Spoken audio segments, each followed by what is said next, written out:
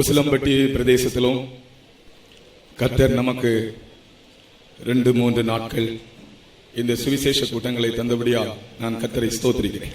I praise the Lord as He has given these 3 days meetings here in this town of Usilambatti. நம்முடைய பூர்வ பிதாக்கள் இதுபோல சுவிசேஷ பிரசங்கங்களை அந்தந்த இடங்களிலே நடத்தின வரலாறுகளை நாம் படிக்கும்போது, when we read the history of our forefathers where they conducted such meetings, இப்படிப்பட்ட மண்டபங்களோ தங்குகிற வசதிகளோ சாப்பாடோ எதுவுமே இல்லாமல் தான், அடிப்படை வசதிகள் எதுவும் இல்லாமல், மைக்கு லைட்டுகள் எதுவும் இல்லாமல் தான் இந்த ஊழியத்தை தொடங்கி இருக்கிறார்கள். They started this ministry without such halls, mic or other facilities and basic amenities. Pastor KC Varghese, தயவு செய்து என்னை கவனமாய் கவனிங்க. பாஸ்டர் கேசி வர்கீஸ் கோலார் தங்கவயல் என்ற இடத்திலே எப்படி ஊழியத்தை தொடங்கினார் என்று என்னோடு ஒரு நாள் பேசிக் கொண்டிருந்தார். Pastor K.C. Varghese was talking to me about how he started the ministry at Kolar Goldfields. Karnataka மாநிலத்தில் இருக்கும் கோலார் தங்கவயலிலே நம்முடைய ஊழியம் எப்படி தொடங்கப்பட்டது என்று அவர் தொடக்க நாட்களிலே நடந்த சில காரியங்களை சொன்னார். He was sharing with me the incidents that occurred in the initial stage of our ministry at the Kolar Goldfields. ஒரு பகலெல்லாம் அவர் அங்கே சுற்றி அவருக்கு எந்த ஒரு நபரும் கிடைக்கவில்லை, ஒரு ஆள் கூட ரட்சிக்கப்படவில்லை. The whole day he was moving around and he couldn't meet anyone to be saved. Pentecost இந்த டிரெஸ்ஸை பார்த்தாலே மற்றவர்கள் பயந்து பக்கத்தில் கூட வர மாட்டார்களாம். Even looking at the garments of the Pentecostal people, others fearing them won't come near them even. அப்படி இருக்கும்போது ஒரு சகோதரன் இவருடைய வாயிலிருந்து பிறந்த வசனங்கள் மூலமாக இயேசுவை ஏற்றுக்கொண்டாராம். At that time, one brother, by the words that started from his mouth, accepted Jesus. அன்றைக்கே அவருக்கு ஞானஸ்நானம் கொடுக்க வேண்டும், ஞானஸ்நானம் தாருங்கள் என்று கேட்டாராம். On that day itself, he wanted to take baptism and asked for baptism. Pastor KC Varghese மட்டும்தான், only Pastor K.C. Varghese was there. அவர் இந்த ஞானஸ்நானம் கொடுக்க முடியாது. இந்த சகோதரனை கொண்டு பகலெல்லாம் காலையில எல்லாம் முழு பகலும் நடந்து அந்த சாயங்காலத்தில் தான் இந்த ஆத்மா கிடைக்கிறது, இவனுக்கு ஞானஸ்நானம் கொடுக்க முடியாது போகிறார். The whole day he had walked, only in the evening he met this soul and he was going to give baptism to him. போகிற வழியில ஒரு CSI வீடு தாண்டி போக வேண்டியதாக இருந்தது. On the way they had to go across a CSI family. அதிலே ஒரு வசனம் எழுதப்பட்டிருந்தது. CSI வீடு போல இவர் விளங்கிக் கொண்டார். உள்ளே கொஞ்சம் எட்டி பார்த்தபோது ஒரு அம்மா அங்க பாட்டு பாடி கொண்டிருந்தார்கள், CSI பாட்டு. Looking at the house, he understood that it was a CSI house and there was a verse in front of that, and when he peeped inside he found a mother singing songs. Pastor அந்த அம்மாட்ட கேட்டாராம், நான் ஒரு ஞானஸ்நான ஆராதனை நடத்த போறேன், அம்மா நீங்க ஒரு பாட்டு பாடுவீங்களான்னு கேட்டாராம். Pastor had asked that mother, I am going to conduct a baptism service, mother can you come and sing a song here? Pastor KC Varghese என்னிடத்தில் நேரடியாய் சொன்ன விஷயம். This is the matter that was shared to me by Pastor K.C. Varghese himself. அந்த CSI அம்மா பாஸ்டரோட போய் அந்த ஞானஸ்நானம் கொடுக்கிற அந்த குளத்து பக்கத்துல ஒரு CSI பாட்டு பாடினாங்க. That CSI mother near the lake where the baptism was given, she started singing a CSI hymn. அந்த சகோதரன் அன்றைக்கு முதலாவது ஞானஸ்நானம் எடுத்தார். அவர் சொன்னதான சரித்திரம் என்னவென்றால், அந்த CSI பாட்டு பாடினதான அந்த அம்மாவும் குடும்பமும் ரட்சிக்கப்பட்டார்கள். That brother took baptism later, and that mother also who sang the hymn took baptism. அப்படிதான் பிரியமானவர்களே இந்த ஊழியங்கள் தொடங்கப்பட்டன. In this manner these ministries started. Pastor KV Paul சிறு பையனாக இருக்கும்போது அவருடைய ஊழியத்தின் தொடக்க நாட்களிலே அவர் சொன்னார், என்னிடத்தில் ஒரு வார்த்தை சொன்னார், சாப்பாடு கிடையாது, இட்லி சாப்பிடணுமா இருந்தால் அதோ அந்த ஒரு வீடு, அந்த வீட்டுக்கு விசிட்டிங் போனாதான் இட்லி கிடைக்கும். அது எப்போதும் போனா வெக்கம், ஒரு மாசத்துல ஒரு தடவை அந்த வீட்டுக்கு போனால் ஒரு இட்லி கிடைக்குமானேன்னு சொன்னார். Pastor K.V. Paul said that there won't be any food. In order to get idli, if we visit that house which is far away, we can get idli. அவருக்கு இட்லி கொடுத்த அம்மா கூட்டத்துக்கு வந்து கொண்டிருக்கும் போது இவர் அந்த அம்மாவை பார்த்து சொல்றார், இந்த அம்மா தான் எனக்கு இட்லி கொடுத்த அம்மா. When that mother would attend the meeting, he told, looking at the mother, only she gave me idli. அப்படித்தான் இந்த ஊழியம் தொடங்கப்பட்டது. In this manner this ministry was started. இன்றைக்கு அவர்கள் பாடுபட்ட, அவர்கள் நடந்த, அவர்கள் பிரயாசப்பட்ட அனைத்து இடங்களிலும் அநேக ஆத்துமாக்களை கர்த்தர் நமக்கு தந்திருக்கிறார். Today in all the places where they suffered and walked and did ministry, God has given a lot of souls to us. கர்த்தர் நம்முடைய ஊழியங்களை குறித்து மிகவும் கரிசனையாக இருக்கிறார். The Lord is much concerned about our ministry. நாம் ஏதோ கஷ்டப்படுகிறோம், அதை அப்படி அவர் கண்சாடையாய் விடுகிறதில்லை. And he does not hoodwink looking at our sufferings. இன்றைக்கு கூட இந்த உசிலம்பட்டியிலே நாம் நடந்து வந்தோம், கர்த்தர் நம்ம எல்லாரையும் கண்டார். The Lord watched us, we walking along the roads of Usilambati today. எந்தெந்த வல்லமைகள் நம்மை எதிர்த்தது என்று கர்த்தர் கண்டார். The Lord saw all the powers that resisted us. அந்த வல்லமைகளை சிலுவையிலே அவர் தலையை நசுக்கி போட்டிருக்கிறார். And bruised the head of that power on the cross. அதற்காக கர்த்தரை ஸ்தோத்திரிப்போமாக. ஹalleluya, ஹalleluya, ஹalleluya, ஹalleluya. ஆமென், ஆமென், ஆமென், ஆமென், ஆமென், ஆமென். ஸ்தோத்திரம், ஸ்தோத்திரம், ஸ்தோத்திரம், ஸ்தோத்திரம், ஸ்தோத்திரம், ஸ்தோத்திரம், ஸ்தோத்திரம், ஸ்தோத்திரம். இன்றைக்கு என்னுடைய பிரசங்கத்தினுடைய சாராம்சம் இடி முழக்கம். Today the crux of my message is the thunder. யோவான் எழுதின சுவிசேஷம் 12ஆம் அதிகாரம் 28 29 வசனங்கள் வாசிப்போம். John 12th chapter 28th and 29th verses.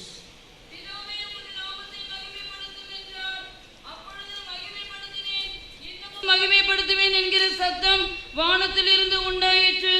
அங்கே நின்று கொண்டிருந்து அதை கேட்ட ஜனங்கள் இடி முழக்கம் உண்டாயிற்று என்றார்கள்.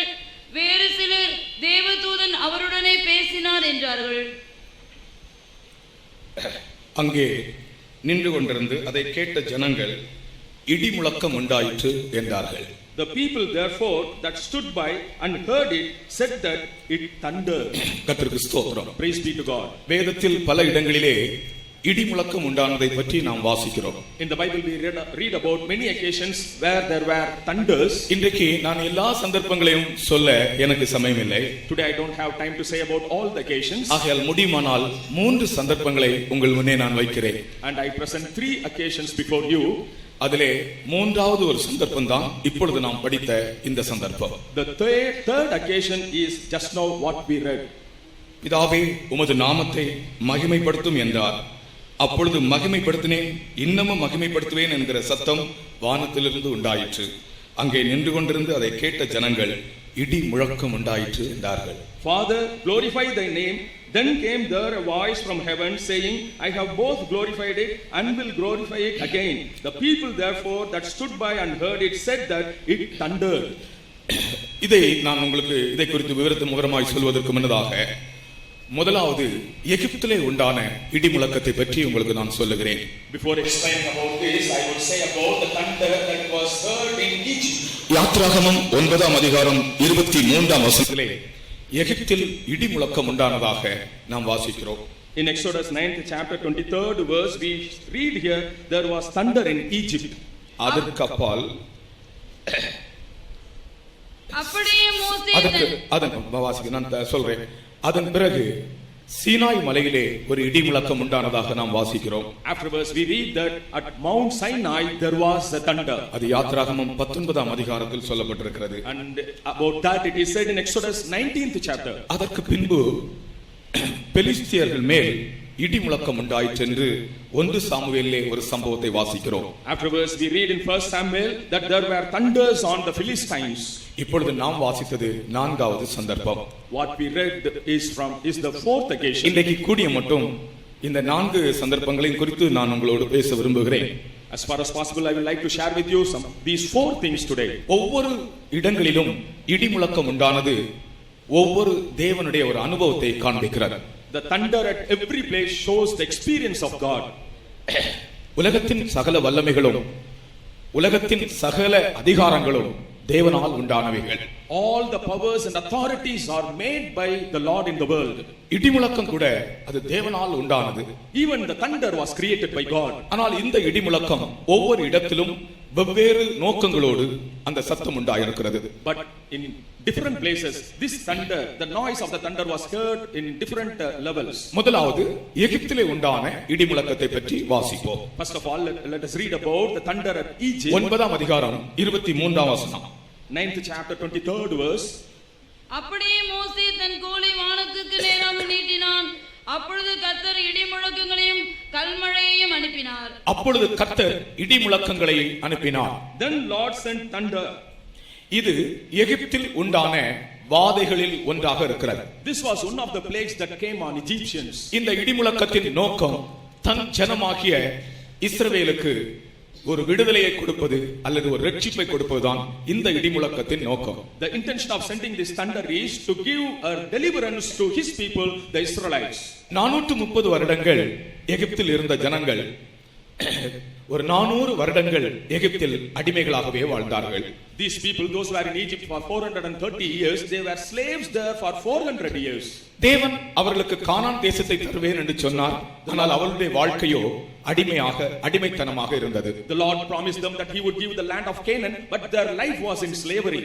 அவர்களுக்கு எகிப்தினின்று விடுதலையை தரும்படியாக, ரட்சிப்பை தரும்படியாக தேவன் எகிப்தில் 10 வாதைகளை அனுப்பினார். In order to give deliverance and salvation to them from Egypt, God sent 10 plagues on Egypt. அந்த 10 வாதைகள் உங்களுக்கு தெரியும்தானே?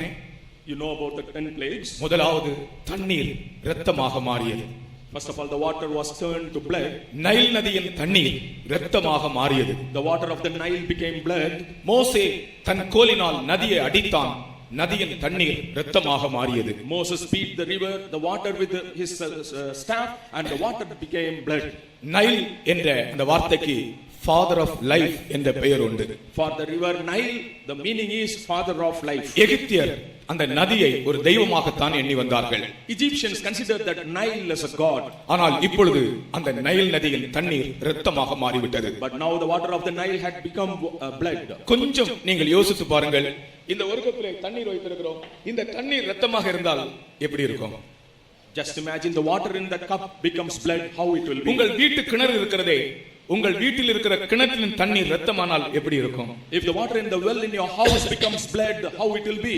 நைல் நதியின் தண்ணீரே இரத்தமாக விட்டால் எப்படி இருந்திருக்கும் பாருங்கள். If the water in Nile river had become blood, how it would have been? அது முதல் வாதை.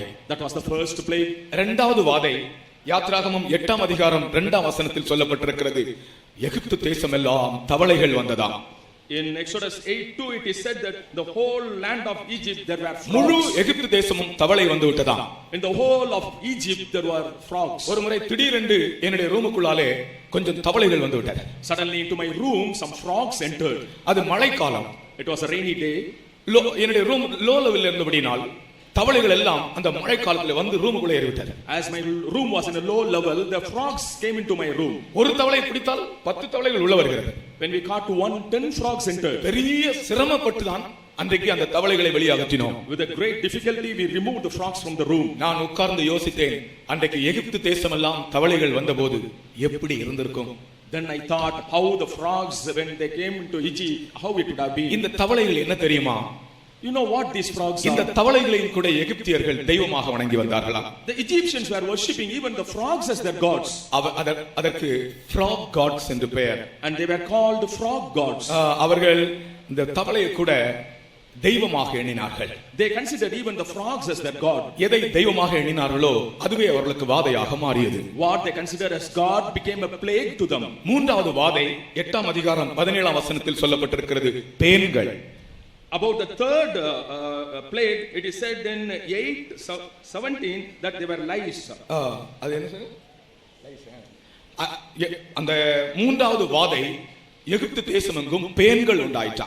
And the whole of Egypt there were a lot of lice. அருமையானவர்களே, நீங்கள் கொஞ்சம் சிந்தித்து பாருங்கள். யாருடையாவது தலையிலே 1-2 பேன் இருந்தாலே அது எப்படி இருக்கும்? Just imagine if there are 1 or 2 lice on the heads of some people, how it will be. நான் இப்பொழுது உங்க யாருடையாவது தலையில பேன் உள்ளவர்கள் கை உயர்த்துங்கள் என்று சொல்ல போறதில்லை. I'm not going to ask you to put up the hand. நீங்கள் யோசித்து பாருங்கள். You think about this. எங்க ரூமிலே இல்லை, வழியிலே இல்லை, வேற எங்குமே இல்லை, தலையிலே அது வெளியே கூட தெரிகிறதில்லை. தலையிலே கொஞ்சம் பேன் இருந்தாலே எப்படி இருக்கும்? பேன் உள்ளவர்கள் சிந்தித்து பாருங்கள். Not in the room, not in the way, but if the lice are found on the head, how it will be. இந்த பேன்கள் எகிப்து தேசம் முழுவதும் வந்ததாம். These lice are found in the whole of Egypt. அது தேவன் அனுப்பின வாதை.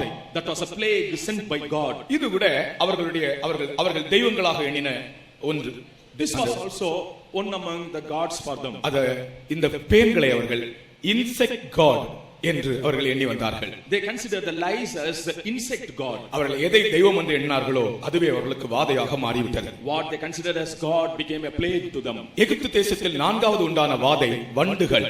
The 4th plague that came into Egypt were the wasps. 8ஆம் அதிகாரம் 24ஆம் வசனத்திலே படிக்கிறோம். We read about that in 8th chapter 24th verse. வண்டுகள் எகிப்து தேசம் எல்லாம் வந்ததாம்.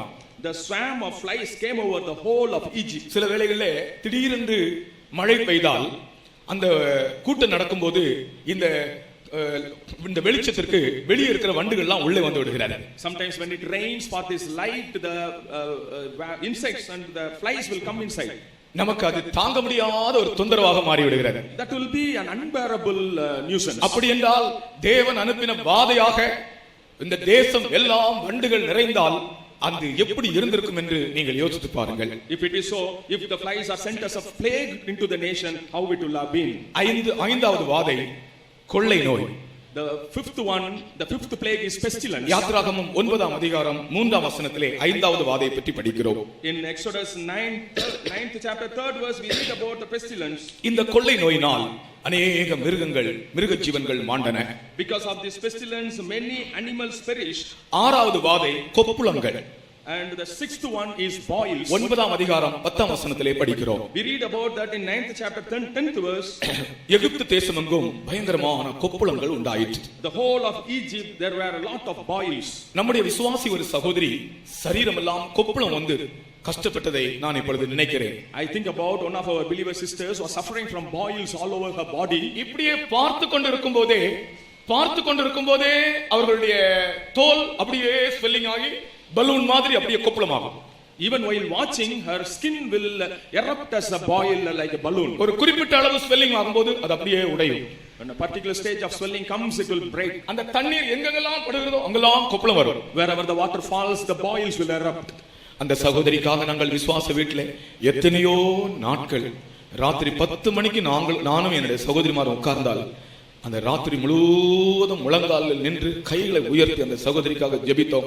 அந்த சகோதரி இன்றைக்கு ஜீவனோடு இருக்கிறார்கள். Father, sister, me and the sisters in the faith home throughout the night will stand on knees, raising the hands, will pray, and now she is healed and alive. அது அவர்களுக்கு உண்டான ஒரு வாதை. That was the plague that came to her. அந்த ஒரு ஆளுக்கு அப்படி அந்த கொப்புளம் வந்தபோதே எங்கள் எல்லாருக்கும் இவ்வளவு பயங்கரமாக தெரிந்தது. அப்படி என்றால் எகிப்து தேசம் எல்லாருக்கும் இப்படி ஒரு கொப்புளம் வந்தால் எப்படி இருக்கும்?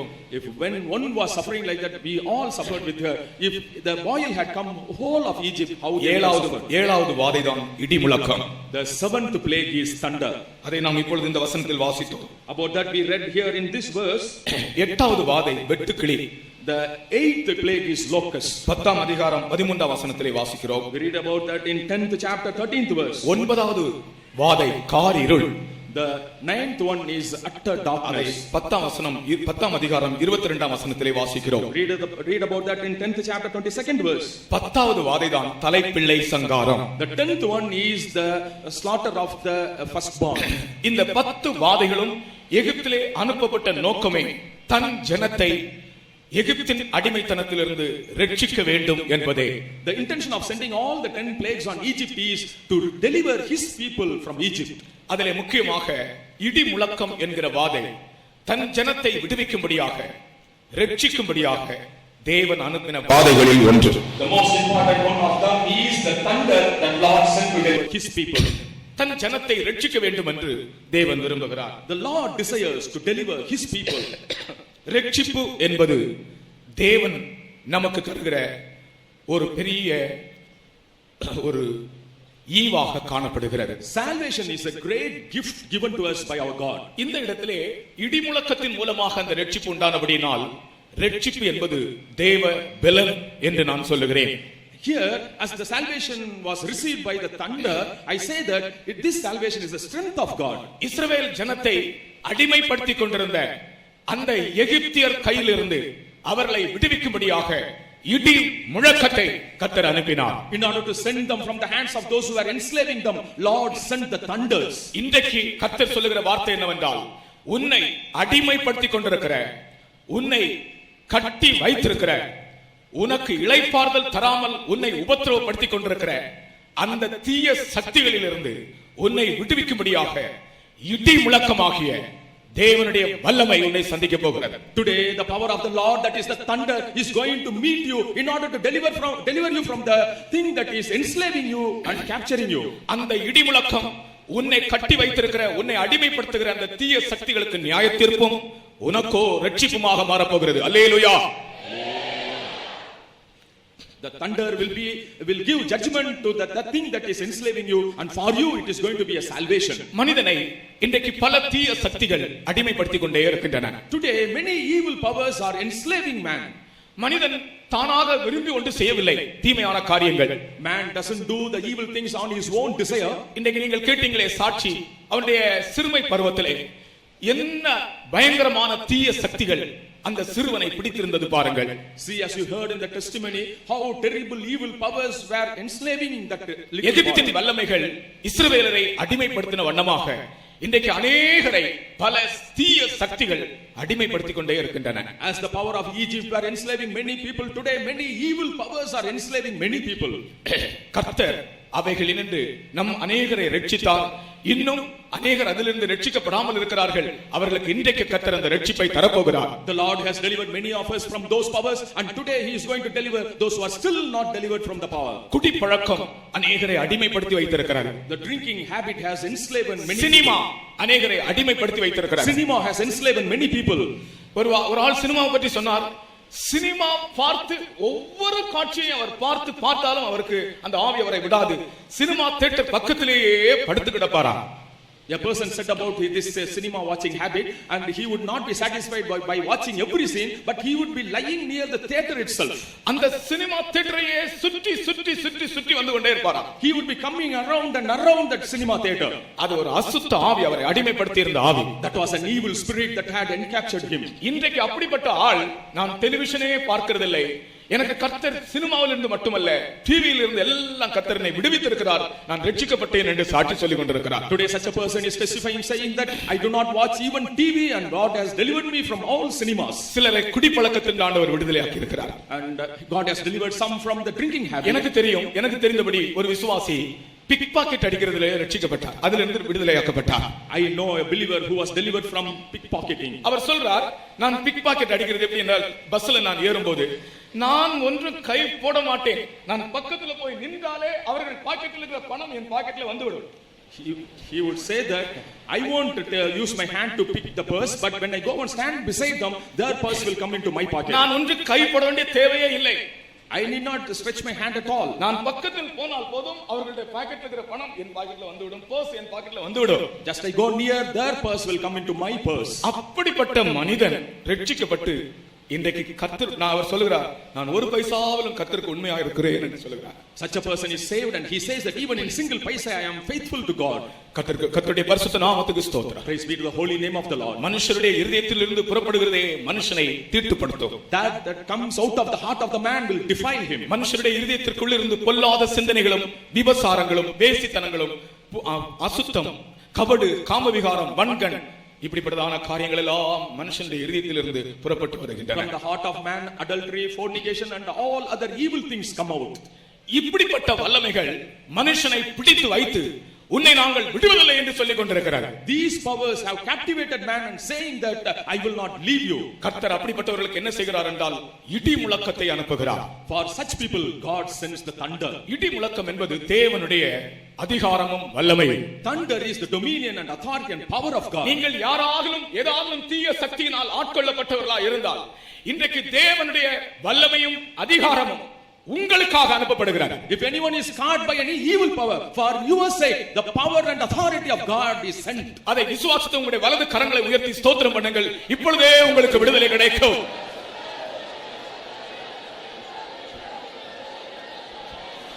உங்களுடைய சத்தம் இடி முழக்கம் போல இருக்கட்டும். Let your voice be like a thunder. அந்த தீய சக்தியிலிருந்து நீங்கள் அந்த தீய சக்திகளை கர்த்தர் நியாயம் தீர்க்கிறார். The Lord is judging those evil powers. உங்களை பிடித்து ஆட்கொண்டு வைத்திருக்கிற அந்த வல்லமைகளை கர்த்தர் நியாயம் தீர்க்கிறார். The Lord judges the power that is dominating you. உங்களை வெளியே கொண்டு வருகிறார். He delivers you out. அதை விசுவாசித்து கொஞ்ச நேரம் ஸ்தோத்திரம் பண்ணுங்கள். Believing that you praise God for some time. இப்பொழுதே விடுதலை. Even now itself is deliverance. Hallelujah. Amen. Halabara. Shabalala. Riyabala. Ribala kashabala. இந்த சந்தர்ப்பத்தில் நீங்கள் கர்த்தரை துதிக்கிற இந்த சந்தர்ப்பத்திலேயே அந்த வல்லமைகளிலிருந்து உங்களுக்கு விடுதலை கிடைக்கிறது என்று தான் நான் பேசுகிறேன். I think that even at this moment when you are praising God, you will be delivered from those powers. அந்த எகிப்தின் ஆவி மிக கொடிய ஆவி. The spirit of Egypt is a terrible spirit. Egyptian என்றாலே மிகவும் கடினமானவன். Egyptian itself, he is a very hard person. Saudi அரேபியாவிலே வேலை செய்கிற ஒரு ஆள் நம்முடைய விசுவாசி லீவுக்கு வந்திருந்தார். A believer who is working in Saudi Arabia came here for vacation. அவரிடத்திலே நான் கேட்டேன், உங்களுடைய வேலை எல்லாம் எப்படி இருக்கிறது என்று கேட்டார். I asked about him about his work. நான் கேட்டேன். I asked him about the work. அப்பொழுது அவர் சொன்னார், என்னுடைய பாஸ் ஒரு ஈஜிப்சியன் என்று சொன்னார். He said that my boss is an Egyptian. ஒரு எகிப்தியன் தான் என்னுடைய எஜமான். அந்த வேலையில அவருக்கு மேல இருக்கிறதான அதிகாரி ஒரு எகிப்தியனா. The officer, the boss over him was an Egyptian. அவ எகிப்தியன் கேட்டோன்னே அவர் எப்படி இருக்கிறான்னு கேட்டேன். Then I asked how he is. அவர் சொல்லுகிறார், இஸ்ரவேல் ஜனங்கள் அன்றைக்கு என்ன பாடுபட்டிருப்பார்கள் என்று நான் நன்றாக உணர்கிறேன். He said, I understand and realize how the Israelites would have suffered in those days. எகிப்தியன் என்றால் அவன் மிகவும் கடினமானவனா. Egyptian is a hard person. அப்படிப்பட்ட கடினமான வல்லமைகள் தான் உங்களை பிடித்து வைத்திருந்தது. Such hard powers have captivated you. அவைகளை விடுதலையாக்க சாதாரணமான வல்லமை போதாது. ஆகையால் தான் தேவன் இடி முழக்கத்தை அனுப்பினார். To be delivered from them, ordinary power is not sufficient. That's why God sent the thunder. அந்த தேவனுடைய வல்லமைக்காக திரும்பவும் கரங்களை உயர்த்தி ஸ்தோத்திரிப்போமாக.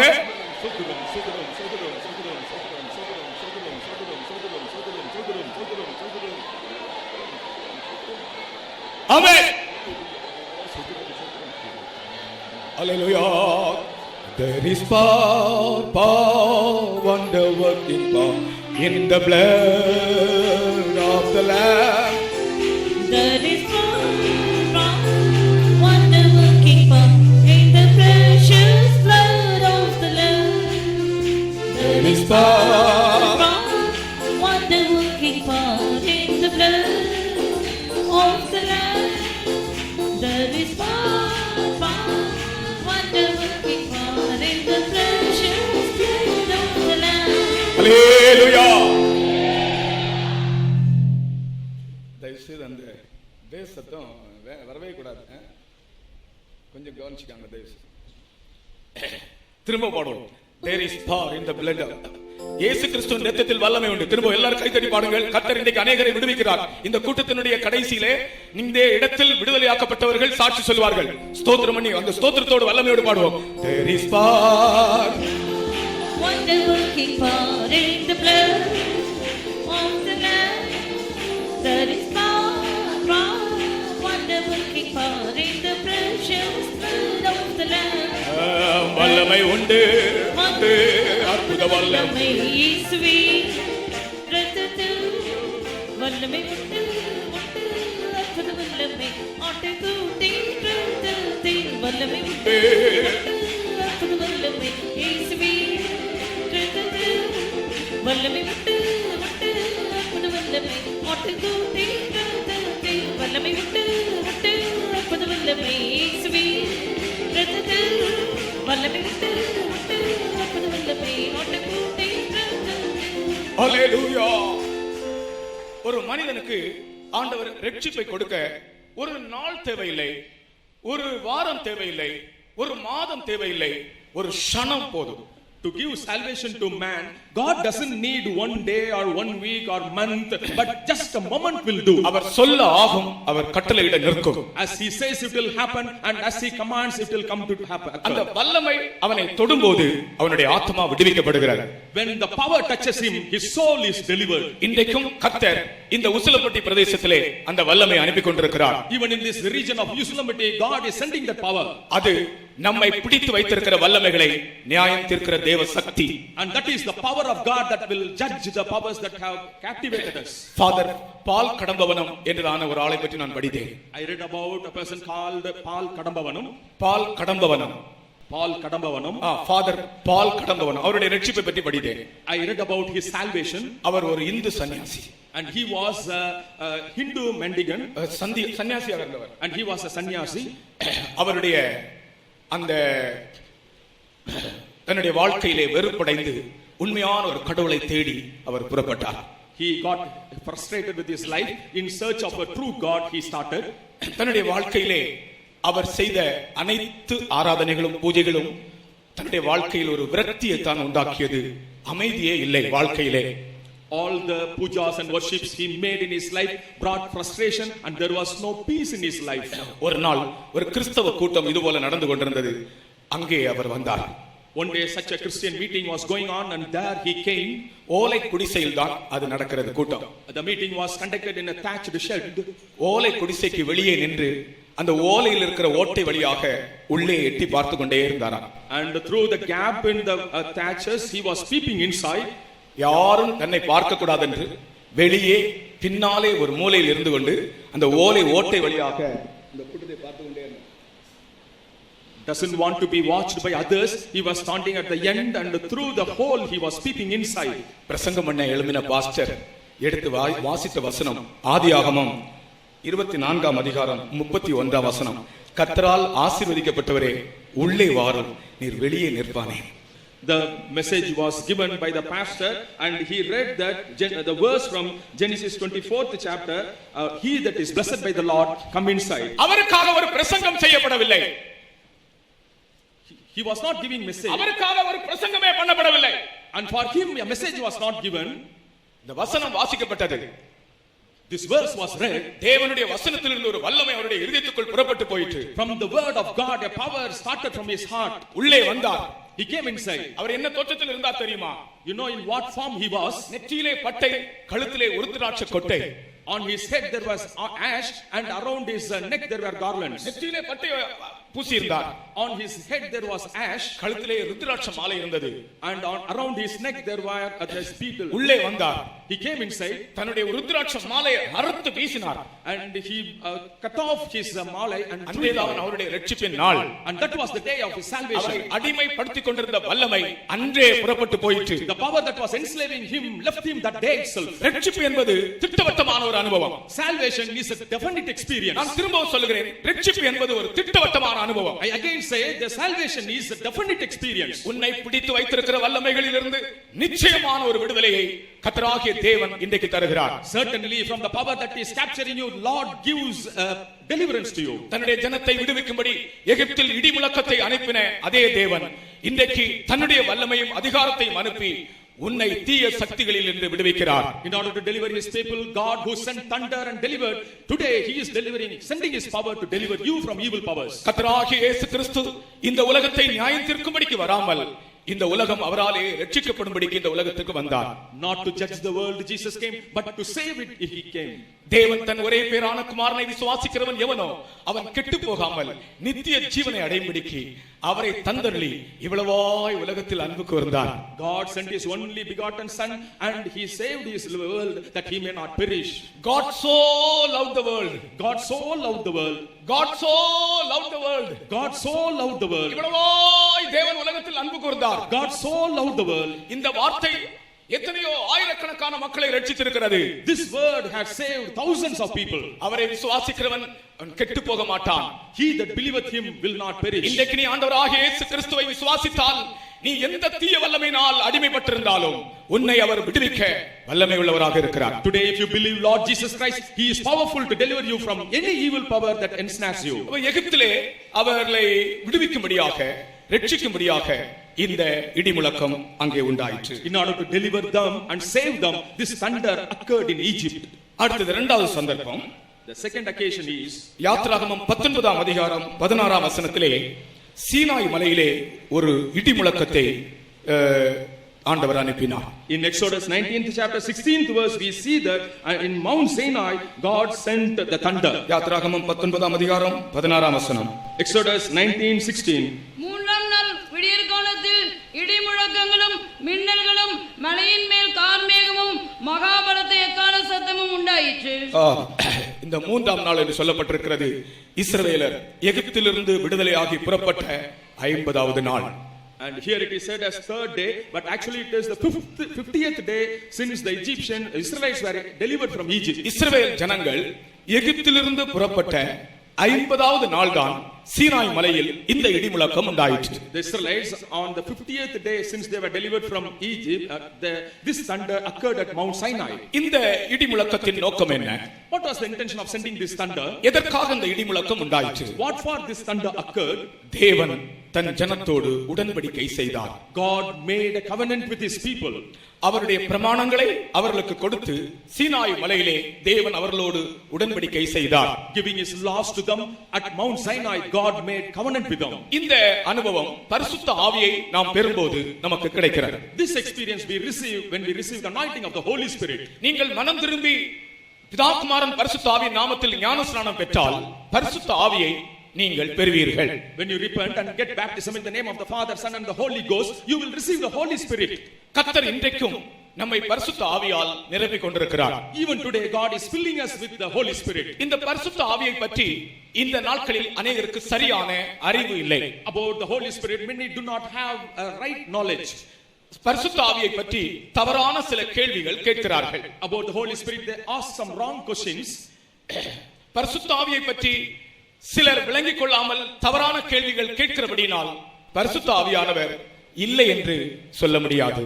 And as they are asking wrong questions without the good knowledge about Holy Spirit, we cannot say that there is no Holy Spirit. Abraham லிங்கனை பற்றி அநேகர் தீய சில வதந்திகள் உண்டாக்கினார்களாம்.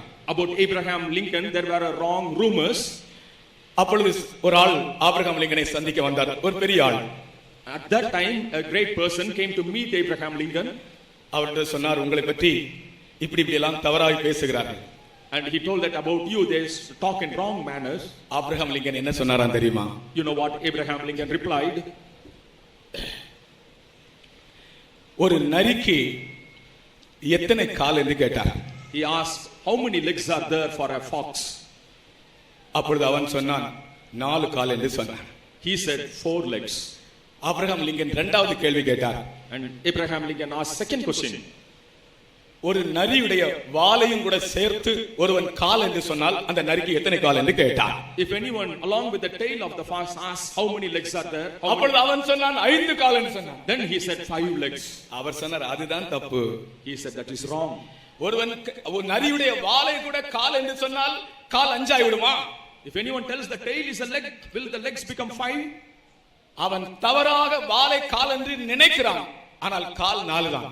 Wrongly he thinks the tail is leg, but the legs are only 4. பரிசுத்த ஆவியை பற்றி அநேகர் தவறான விளக்கங்கள் வைத்திருக்கிறார்கள்.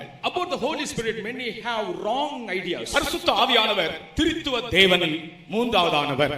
The Holy Spirit is the third of the triune God. பிதா, குமாரன், பரிசுத்த ஆவியானவர் என்ற திரித்துவ தேவனை தான் நாம் வணங்குகிறோம். We worship the Father, Son and the Holy Ghost, the triune God. பிதாவை ஒருவன் ஒருபோதும் கண்டதில்லை. None has seen the Father. அவரை கண்டு உயிரோடு இருந்ததும் இல்லை. Having seen him, none is alive. அவரை இந்த உலகத்திற்கு வெளிப்படுத்தும்படியாய் வந்தவர் தான் குமாரனாகிய தேவன் கிறிஸ்து. In order to manifest the Father, Christ came and he is the Son. சூரிய கிரகணத்தை வெறும் கண்ணால் பார்க்காதீர்கள் என்று பேப்பர்ல போட்டிருந்தார்கள். In the papers it was written that not to see the solar eclipse with the naked eyes. சூரியனை வெறும் கண்ணால் பார்க்காதீர்கள். Don't see the sun with your naked eyes. அப்ப எல்லா பள்ளியில் உள்ள மாணவ மாணவிகள் எல்லாரும் அதற்காகவே ஸ்பெஷல் கிளாसेस வைத்து சூரிய கிரகணத்தை பார்த்து கொண்டே இருந்தார்கள். And the school children with the special glasses were watching the solar eclipse. காரணம் என்ன? வெறும் கண்ணால் பார்த்தால் அவர்களுக்கு கேடு உண்டாகும். The reason is if they see with the naked eyes they will be affected. அப்படி என்றால் இந்த சூரியனை உண்டாக்கின தேவனை நாம் பார்க்க முடியுமா? If it is so, can we see the Lord God who created the sun? அவர் எப்படி மகிமையாக இருப்பார்? How glorious he will be. இந்த சூரியனை நீங்கள் பகல் 12 மணிக்கு போய் நின்று இப்படி பார்க்க முடியுமா? At 12 o'clock noon can you go and see the sun? அப்படி என்றால் இந்த சூரியனை சிருஷ்டித்த தேவன் எவ்வளவு மகிமையாக இருப்பார்? If it is so, the Lord God who created the sun, how glorious he will be. அவரை இந்த உலகத்திற்கு வெளிப்படுத்த வந்தவர்தான் குமாரனாகிய கிறிஸ்து. Jesus the Son is the one who came to manifest and reveal him. என்னை கண்டவன் பிதாவை கண்டான். சத்தமாய் சொல்லணும், என்னை கண்டவன். அப்ப இயேசு கிறிஸ்துவை காணாதவன் பிதாவை காணவில்லை. He that has not seen Jesus Christ has not seen the Father. அவர் அதரிசனமான தேவனுடைய தற்சரூபமாக இந்த உலகத்துக்கு வந்தார். He came as the image of the unseen God. அவருடைய சுபாவம் பிதாவை இந்த உலகத்துக்கு வெளிப்படுத்தியது. His character and nature revealed the Father to the world. என் மூலமாகவே அல்லாமல் ஒருவனும் பிதாவண்டை வரான் என்று சொன்னார். Except me, none can come to the Father, he said. கர்த்தருக்கு ஸ்தோத்திரம். Praise be to God. 33 வருடம் இந்த உலகத்தில் ஜீவித்தார். He lived in this world for 33 and a half years. 3 வருடம் ஊழியம் செய்தார். He did the ministry for 3.5 years. தன்னுடைய ஊழியத்தை முடித்து அவர் பரலோகத்துக்கு பிதாவினிடத்தில் சென்றார். Accomplishing his ministry, he went to the Father in the heaven. கர்த்தருக்கு ஸ்தோத்திரம். Praise be to God. நான் போகிறேன் என்று சொன்னபோது சீஷர்கள் துக்கப்பட்டார்கள். When he said that he was going, the disciples were grieved. அவர் சொன்னார், நான் போகாதிருந்தால் தேற்றரவாளன் வரார். He said, if I do not go, the comforter won't come. நான் போய் அந்த சத்திய ஆவியை உங்களுக்கு அனுப்புவேன். I will go and send the spirit of truth. அவர் உங்களை சகல சத்தியத்திலும் வழி நடத்துவார். He will lead you in all truth. கர்த்தருடைய பரிசுத்த நாமத்திற்கு மகிமை உண்டாவதாக. Praise be to the holy name of the Lord. அப்படித்தான் நம்மை சகல சத்தியத்திலும் வழி நடத்தும்படியாக பரிசுத்த ஆவி இந்த உலகத்தில் வந்தார். In order to lead us into all truth, the Holy Spirit came into this world. பரிசுத்த ஆவியை பற்றி 3 காரியங்கள் சொல்லப்பட்டிருக்கிறது. About the Holy Spirit, 3 things have been said. அவர் பெலனும் அன்பும் தெளிந்த புத்தியும் உள்ள ஆவி என்று. About him it is said that he is the love of strength, the love and the sober தேவன் mind. நமக்கு பயத்தின் ஆவியை கொடுக்கவில்லை. The Lord has not given us the spirit of fear. பெலனும் அன்பும் தெளிந்த புத்தியும் உள்ள ஆவியை நமக்கு தந்திருக்கிறார். He has given us the spirit that has the love, strength and sober mind. அப்ப தேவன் நமக்கு பயமுள்ள ஆவியை தரவில்லை. The Lord has not given us the spirit of fear. இன்றைக்கு ஏதாகலும் ஒரு விதத்திலே மனுஷனுடைய இருதயத்திற்குள் ஒரு பயம் அவனை கலக்கிக் கொண்டே இருக்கும். Today in the heart of the man some fear will be haunting and இங்கே troubling. இருக்கிறவர்களோடு நான் கேட்கிறேன், ஊழியக்காரர்களா இருந்தாலும் சரி, விசுவாசிகளா இருந்தாலும், புதிய ஆத்மாக்களா இருந்தாலும், ஏதோ ஒரு பயம் உன் இருதயத்திற்குள் எப்பொழுது இல்லாவிட்டாலும் எப்போதாவது ஒரு முறையாகுது உன்னுடைய இருதயத்தை ஒரு பயம் தாக்குகிறது. அது உண்மைதான் என்று சொல்றவங்க கரங்களை உயர்த்து. இன்றைக்கு விடுதலை, இன்றைக்கு விடுதலை, இன்றைக்கு விடுதலை. Today you will have deliverance. இன்றைக்கு நீங்க வெட்கப்பட்டு கை உயர்த்தாமல் இருந்தால் அந்த பயம் உங்களை அப்படியே ஆட்கொண்டு கொண்டே இருக்கும். ஏதோ ஒரு சமயத்திலே ஒரு பயம் உன் இருதயத்தை தாக்குகிறது. On some occasions a fear attacks you. உங்களுடைய கையை உயர்த்தி அந்த பரிசுத்த ஆவியானவரை நோக்கி பாருங்கள். தேவன் நமக்கு பயமுள்ள ஆவியை கொடாமல், The Lord has not given the spirit of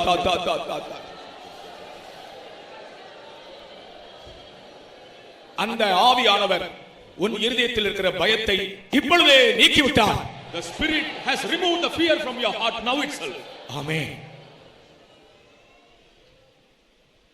விசுவாசிக்கிறவன் பதறான். He that believeth will not be hasty. விசுவாசிக்கிறவன் பயப்படவும் மாட்டான். He that believeth will not fear also. நாம் பயப்படுவதற்கு தேவன் நமக்கு பயத்தின் ஆவியை தரவில்லை. That we may fear. The Lord has not given us the spirit of fear. இந்த ஆவி பெலனும் அன்பும் தெளிந்த புத்தியும் உள்ள ஆவி. And this spirit is the spirit of love, strength and sober mind. பெலன் என்பது ராஜாவின் அபிஷேகம். Strength is the anointing of the king. அன்பு என்பது ஆசாரியனின் அபிஷேகம். Love is the anointing of the priest. தெளிந்த புத்தி என்பது தீர்க்கதரிசியின் அபிஷேகம். Sober mind is the spirit of the prophet. ஆமென். அபிஷேகம் பெற்றவர்கள் ராஜாக்கள். Those who are anointed are kings. அபிஷேகம் பெற்றவர்கள் ஆசாரியர்கள். Those who are anointed are the priests. அபிஷேகம் பெற்றவர்கள் தெளிந்த புத்தி உள்ள தீர்க்கதரிசிகள். Those who are anointed are the prophets with sober mind. கர்த்தருடைய அபிஷேகம் உன்னை இந்த 3 விதமான மனுஷனாய் மாற்றுகிறது. The anointing of the Lord changes you in these 3 manners. அந்த பரிசுத்த ஆவி நம்மை பலப்படுத்துகிறார். The Holy Spirit strengthens us. நம்மை ஒரு ராஜாவாக மாற்றுகிறார். He makes us a king. ஒரு ராஜா எப்போதும் பலசாலியாகத்தான் இருக்க வேண்டும். A king should be strong always. உன்னுடைய வாழ்க்கையிலே பல பலவீனங்கள் காணப்பட்டது. But in your life there are many weaknesses. உன்னுடைய சரீரத்தில் நீ குண்டு குண்டா இருந்தாலும், though in your body you are heavy and strong, உன்னுடைய சரீரத்தில் நீ குண்டு குண்டா இருந்தாலும், though in your body you are fat, உன்னுடைய ஜீவியத்திலே நீ ஒரு கோழை, ஒரு பயந்தாங்கொள்ளி. in your life you are a coward, timid. உனக்கு பலன் இல்லை. You don't have strength. இந்த பரிசுத்த ஆவியானவர் என்ன செய்தார் என்றால் உன்னை பலசாலியாக மாற்றுகிறார். The Holy Spirit makes you a strong person. கர்த்தருக்கு ஸ்தோத்திரம். Praise be to God. உன்னை ஒரு ராஜாவாக மாற்றுகிறார். He makes you a king. எந்த ராஜாவும் பலவீனமாக இருக்க மாட்டான். No king will be weak. மதுரையில நான் அப்படியே வண்டியில போகும்போது சில இடங்கள்ல அந்த பழைய ராஜாக்களுடைய போட்டோ பார்த்து அந்த ஸ்டாச்சு வச்சிருக்காங்க. சில பழைய ராஜாக்கள் சட்டை கூட போடல, ஒரு ஒரு இதுதான் உடுத்தி இருக்கிறார். வயிறு இவ்வளவு இருக்கிறது, ஒரு பெரிய வாள். When I go around Madurai city, I had seen the statue of king with a protruding belly and a big sword. ஒரு பெரிய வாள் அப்படி வச்சிருக்கிறார். He would be having a big long sword. அவர் ஒரு ராஜா. He is a king, ஒரு பெரிய மனுஷன், a big person. அப்ப அந்த நாட்கள்ல என்ன, And what was there in those days? நல்ல தைரியசாலிகள், They were bold and courageous people சரீரத்தில் நல்ல பலசாலிகள். and strong in the body. அவங்க வைத்திருந்த பட்டயத்தை, அந்த வாளை நம்ம கையில தூக்குங்கன்னா நம்ம தூக்குறதுக்கே நமக்கு பலம் இருக்காது. Even we won't have strength to lift the sword they had even. Mysore Maharaja உபயோகித்த அவருடைய வாள் Mysore பேலஸ்ல வைக்கப்பட்டிருக்கிறார்.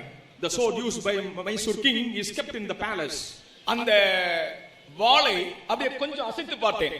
I tried to move that sword. அவ்வளவு வெயிட்டா இருக்கிறார். It was so heavy. அப்ப அந்த வெயிட்டான வாளை, அந்த அவ்வளவு கனமான வாளை கையில தூக்கி வெட்ட வேண்டும் என்றால் அவர்கள் எவ்வளவு ஸ்ட்ராங் ஆட்களா இருப்பாங்க. To lift that heavy sword and to cut people, how strong they would have been. அவர்களை கர்த்தர் பலசாலிகளாய் மாற்றினார். The Lord made them strong people. ராஜாக்கள் பலசாலிகள். The kings are strong. பலவீனனா இருந்தால் மற்ற ராஜா வந்து அவனை மேற்கொண்டு விடுவான். If they are weak, the other kings will come and overcome them. கர்த்தருக்கு ஸ்தோத்திரம். Praise be to God. அந்த நல்ல வீரமுள்ளவர்களாக இருப்பார்கள். They will have good courage. கட்டபொம்மனை பற்றி ஒரு சரித்திரம் சொல்வார்கள். And about Kattabomman there is a history. அவன் கோட்டை எங்கே கட்டினானாம்? You know where he built his fortress? ஒரு நாள் 7 நாய்கள் சேர்ந்து ஒரு முயலை துரத்தி கொண்டே போனதாம்.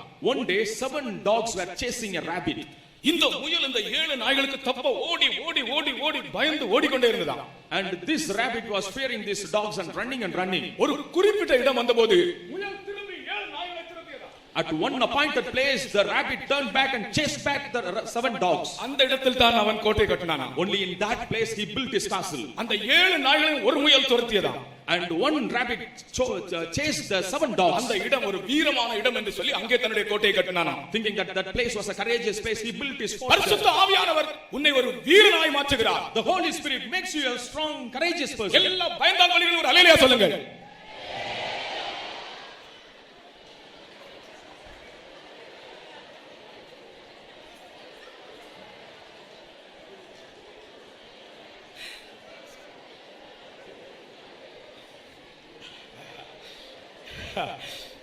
இப்பொழுது அல்லேலூயா சொன்னவங்க எல்லாம் பயந்தாங்கொழிகள் தான், தெரியாம சொல்லிட்டாங்க. எல்லா வீரர்களும் ஒரு அல்லேலூயா சொல்லுங்க.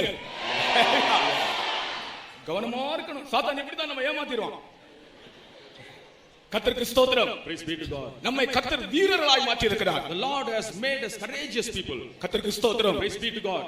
நான் பிள்ளைகளுக்கு ஒரு பாட்டு சொல்லி கொடுத்தேன். வீரரே, விசுவாச வீரரே, நாங்கள் மேகம் போல சூழ்ந்திலங்கும் வீரரே. இந்த 2 லைன் பாடுங்க. வீரரே, விசுவாச வீரரே, நாங்கள் மேகம் போல சூழ்ந்திலங்கும் வீரரே. வீரரே, விசுவாச வீரரே, நாங்கள் போல அல்லேலூயா. மேகம் போல இத்தனை ஜனங்கள் சூழ்ந்திருக்கிறார்கள். அதான் மேகம் போல சூழ்ந்திலங்கும் வீரரே. வீரரே சொல்லுங்கள். வீரரே, விசுவாச வீரரே, நாங்கள் மேகம் போல சூழ்ந்திலங்கும் வீரரே. வீரரே, விசுவாச வீரரே, நாங்கள் மேகம் போல சூழ்ந்திலங்கும் வீரரே.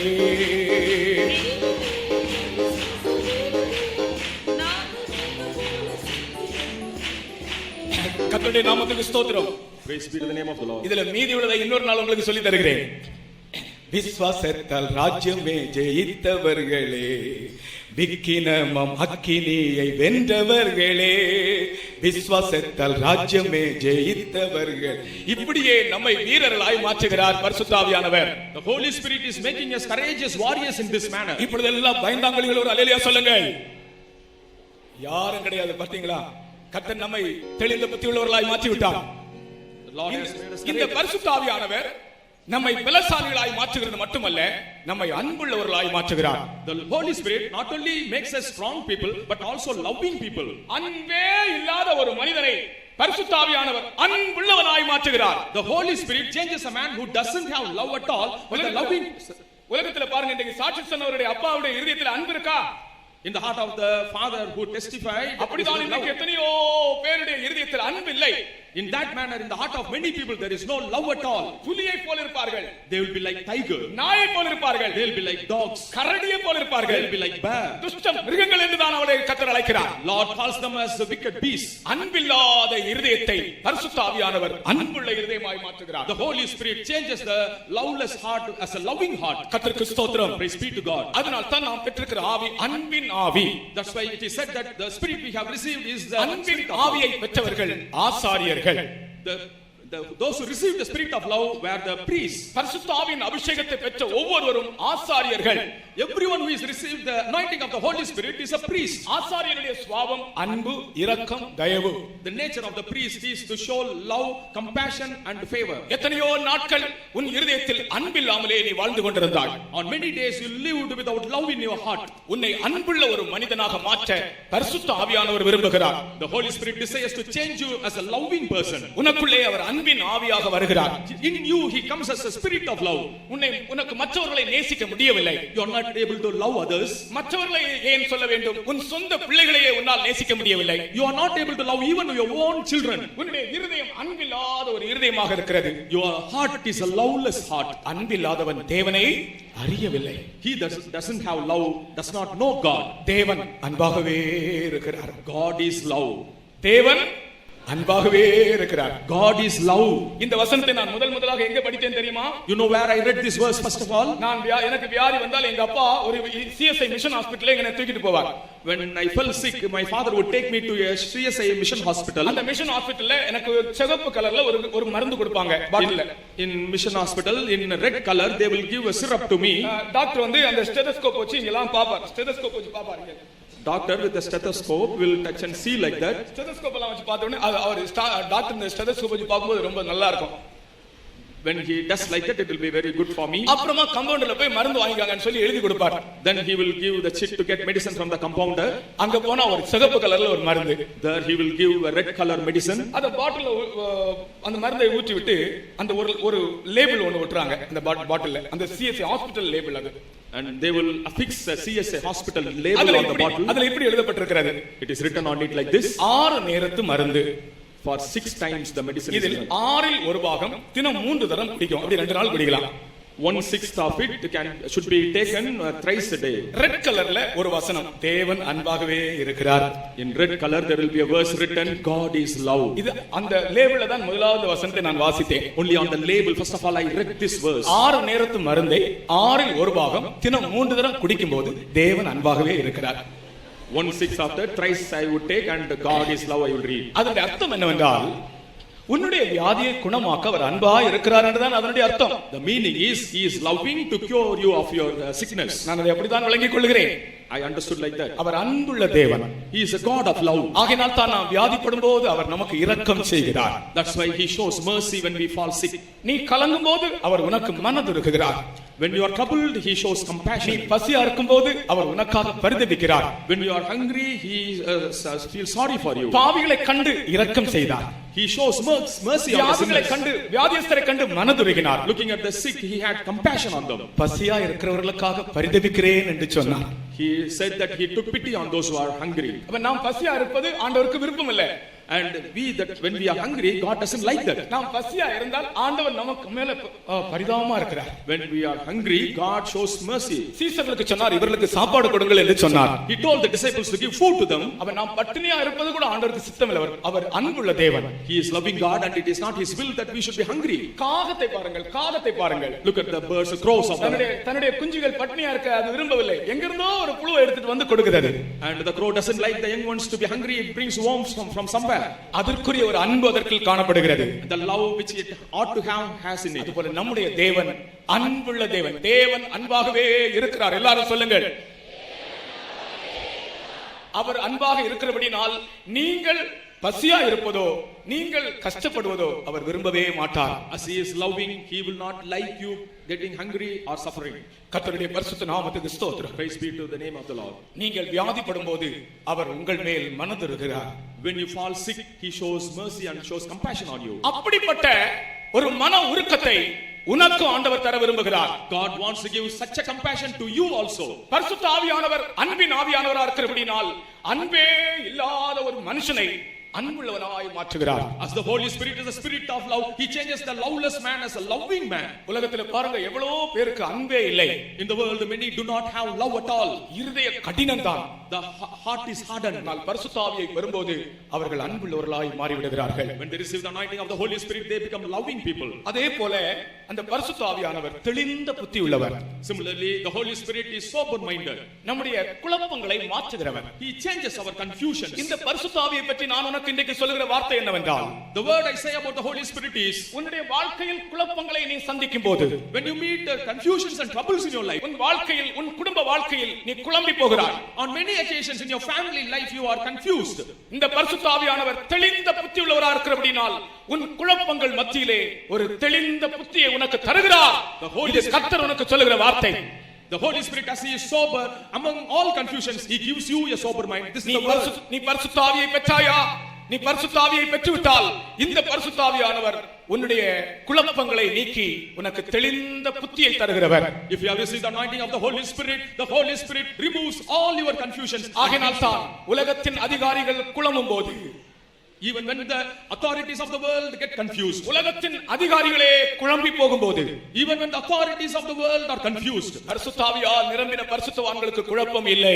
the saints those who are filled with the Holy Spirit will not be confused. பரிசுத்த ஆவியினால் நிரம்பி இருக்கிற குடும்பங்களிலே குழப்பங்கள் இல்லை. In the families filled by the Holy Spirit, no confusion there. அவர் தெளிந்த புத்தியுள்ள ஆவியாக இருக்கிறார். He is the spirit of sober mind. இன்றைக்கும் அந்த பரிசுத்த ஆவியானவர் ஊற்றப்பட்டுக் கொண்டிருக்கிறார். Even now the Holy Spirit is working. நீங்கள் விசுவாசித்தால் இந்த கூட்டத்தின் கடைசி பகுதியிலே நாங்கள் பரிசுத்த ஆவிக்காக காத்திருக்கும் போது உங்கள் மேல் இந்த ஆவியின் அபிஷேகம் வரும். At the end of the meeting, if you believe, the anointing of the Spirit will descend on you. இதுதான் சீனாயில் உண்டான இடி முழக்கம். This was the thunder that occurred at Sinai. அந்த பரிசுத்த ஆவியிலே, அந்த பரிசுத்த ஆவியினாலே தேவன் நம்மோடு உடன்படிக்கை செய்கிறார். By that Holy Spirit, God makes a covenant with us. கர்த்தருக்கு ஸ்தோத்திரம். Praise be to God. மூன்றாவது இடி முழக்கத்துக்கு வருவோம். Let us come to the third thunder. 1 Samuel 7ஆம் அதிகாரம் 10ஆம் வசனத்திலே, 1 Samuel 7th chapter 10th verse. பெலிஸ்தியர் மேல் இடி முழக்கம் உண்டாயிற்று. On the Philistines the thunder came. அந்த வசனத்தை தயவு செய்து வாசிங்க. சாமுவேல் சர்வாங்க தகனபலியை செலுத்துகையில் பெலிஸ்தர் இஸ்ரவேல் மேல் யுத்தம் பண்ண நெருங்கினார்கள். கர்த்தர் மகா பெரிய இடி முழக்கங்களை பெலிஸ்தர் மேல் அந்நாளில் முழங்க பண்ணி, கர்த்தர் மகா பெரிய இடி முழக்கங்களை பெலிஸ்தியர் மேல் அந்நாளில் முழங்க பண்ணி, Lord thundered with a great thunder on that day upon the Philistines. இந்த இடி முழக்கத்தின் நோக்கம் என்ன? What was the intention of this thunder? அல்லது இந்த இடி முழக்கத்தின் அர்த்தம் என்ன? What is the meaning of this thunder? சபையின் மூலம் நமக்கு கிடைக்கிற ஜெய ஜீவியத்தை காண்பிக்கிறது. It shows the victorious life we receive through the church. எந்த மனிதனும் ஜெய ஜீவியத்தை தனிமையாக செய்ய முடியாது. Any man alone cannot lead an overcoming life. கர்த்தருக்கு ஸ்தோத்திரம். Praise be to God. அதற்கு இங்கே ஒரு சம்பவம் நடந்தது. Here an incident took place. என்ன சம்பவம் தெரியுமா? You know what was it? பெலிஸ்தியர் என்ற ஒரு ஜாதியினர் இஸ்ரவேலருக்கு விரோதமாக அடிக்கடி போரிடுவார்கள். A nation called Philistines would come against the Israelites often. பெலிஸ்தரை கண்டு இஸ்ரவேலர் பயந்தார்கள். And the Israelites were afraid of the Philistines. அதுபோல இன்றைக்கு மனிதனை கலக்குகிற, மனிதனோடு போராடுகிற எத்தனையோ சுபாவங்கள் இருக்கின்றன. Similarly, there are many natures which trouble and create problem for man. உன்னையும் கூட சில சுபாவங்கள் சில வேளைகளிலே கலக்குகிறது. Some nature even trouble you also. பெலிஸ்தியரை போல இஸ்ரவேலுக்கு விரோதமாக வருகிறது. As the Philistines coming against Israel, நல்ல மனுஷரத்தான், ஆனால் ஒரு ஒரு பொல்லாத சுபாவம் அவர்களை கலங்கிக் கொண்டே இருக்கும். good person, but evil nature will be troubling him. இந்த பெலிஸ்தியரிடத்திலிருந்து விடுதலை பெற இஸ்ரவேலர் என்ன செய்தார்கள்? To be delivered from the Philistines, what did Israelites do?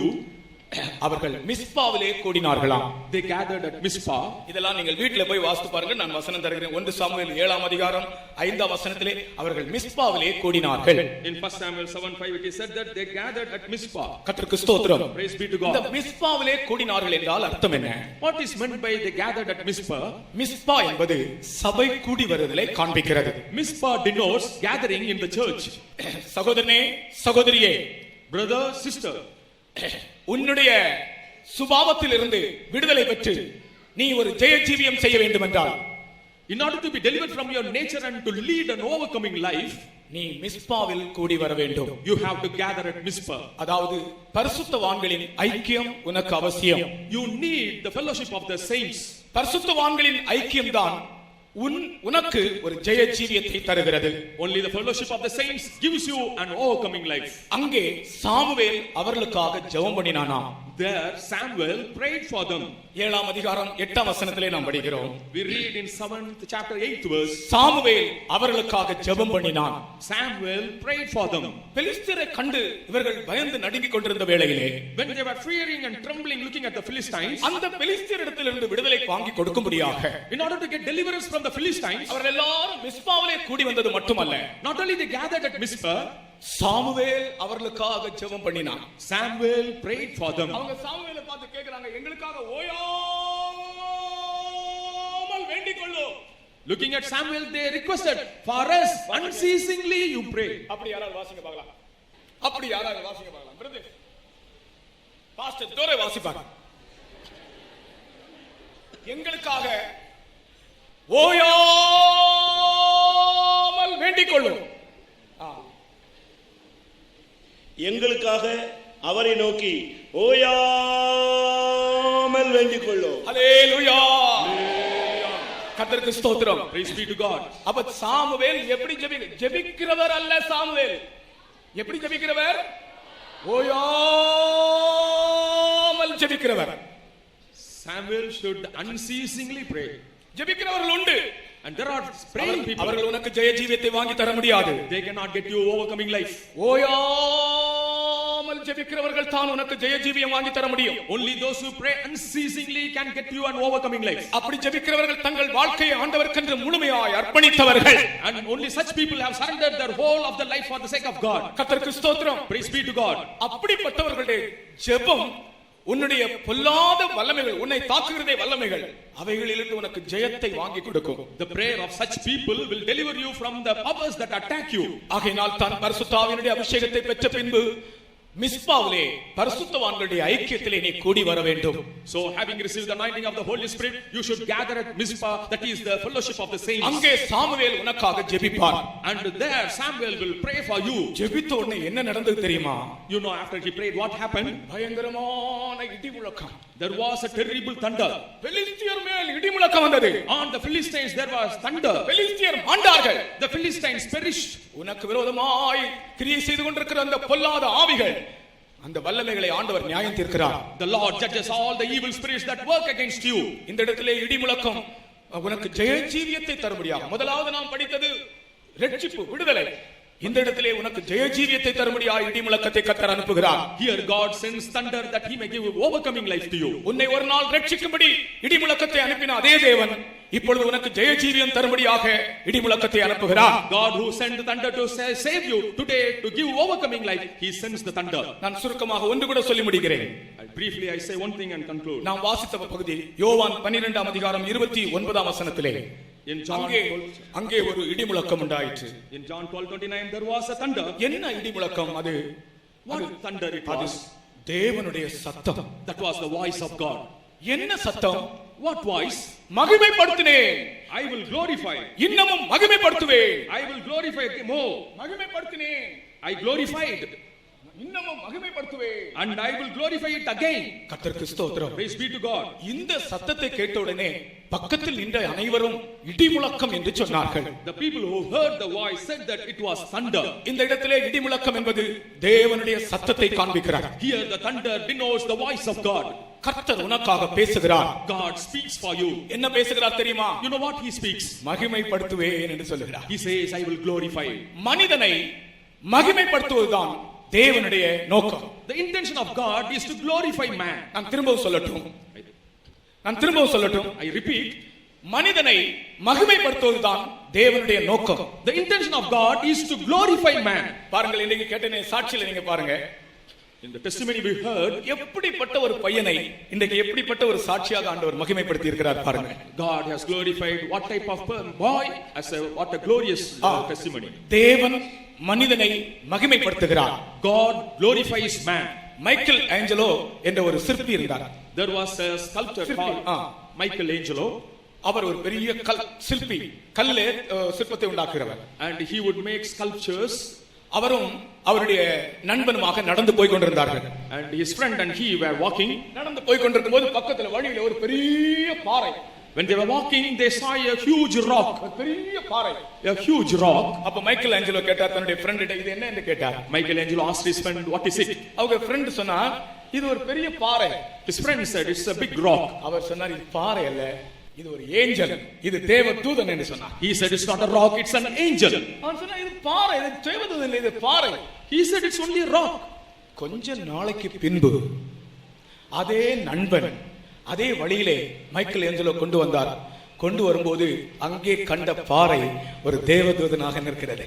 After a few days, Michelangelo brought the same friend, and that friend saw in the அந்த same rock. பாறையிலே அழகான ஒரு தேவதூதனை அவன் சிற்பம் கொத்தி விட்டான். In that rock, he had beautifully sculpted a beautiful angel. இப்படித்தான் தேவன் நம்மளே கிரியை செய்கிறார். In this manner, God works in us. ஒரு பொல்லாத மனிதனை ஒரு பரிசுத்தவானாக மாற்றுகிறார். He changes a wicked person, a holy person. கர்த்தர் சொல்லுகிறார், உன்னை மகிமைப்படுத்துவேன். God says, I will glorify you. இந்த வார்த்தை இங்க இருக்கிற ஒவ்வொருவருக்கும் சொல்லப்படுகிற வார்த்தை. This word is said unto everyone who is present here. ஆனா உனக்கே நம்ப முடியல, உன்னை ஆண்டவர் மகிமைப்படுத்துவாரா என்று. Why you are not able to believe? நீ ஒரு பயங்கர குடிகாரனா இருந்தாய். You were a drunkard. ஒரு நல்ல ஜீவியம் செய்யாத ஒரு மனிதனாக இருந்தாய். You are a man leading a very bad life. கர்த்தர் உன்னை மகிமைப்படுத்துவேன் என்று சொல்கிறார். God says, I will glorify you. அது அந்த சத்தம் இடி முழக்கத்தின் சத்தம். And that voice was the voice of thunder. அது தேவனுடைய power and authority. And that was the power and authority of God. தேவனுடைய வல்லமையும் அதிகாரமும் உன்னை மகிமைப்படுத்தும் என்றுதான் அதனுடைய அர்த்தம். The meaning is the power and authority of God will glorify you. இன்றைக்கு தேவனுடைய வேலையே, தேவன் செய்கிற கிரியையே ஒரு மனிதனை மகிமைப்படுத்துகிற வேலைதான். The work of the Lord is to glorify a man. எந்த மனிதனையும் அவர் மகிமைப்படுத்த முடியும். He can glorify any man. எப்படிப்பட்ட திருடனையும், any kind of thief, எப்படிப்பட்ட மோசமான பொல்லாத மனிதனையும், any kind of wicked bad person, அவர் மகிமைப்படுத்த முடியும். he can glorify. அதை என்னிலே அவர் செய்ய முடியும். And he can do that. அதை விசுவாசிக்கிற உங்களுடைய கைகளை, ரெண்டு கைகளை உயர்த்துங்கள் பார்க்கலாம். ஆமென்.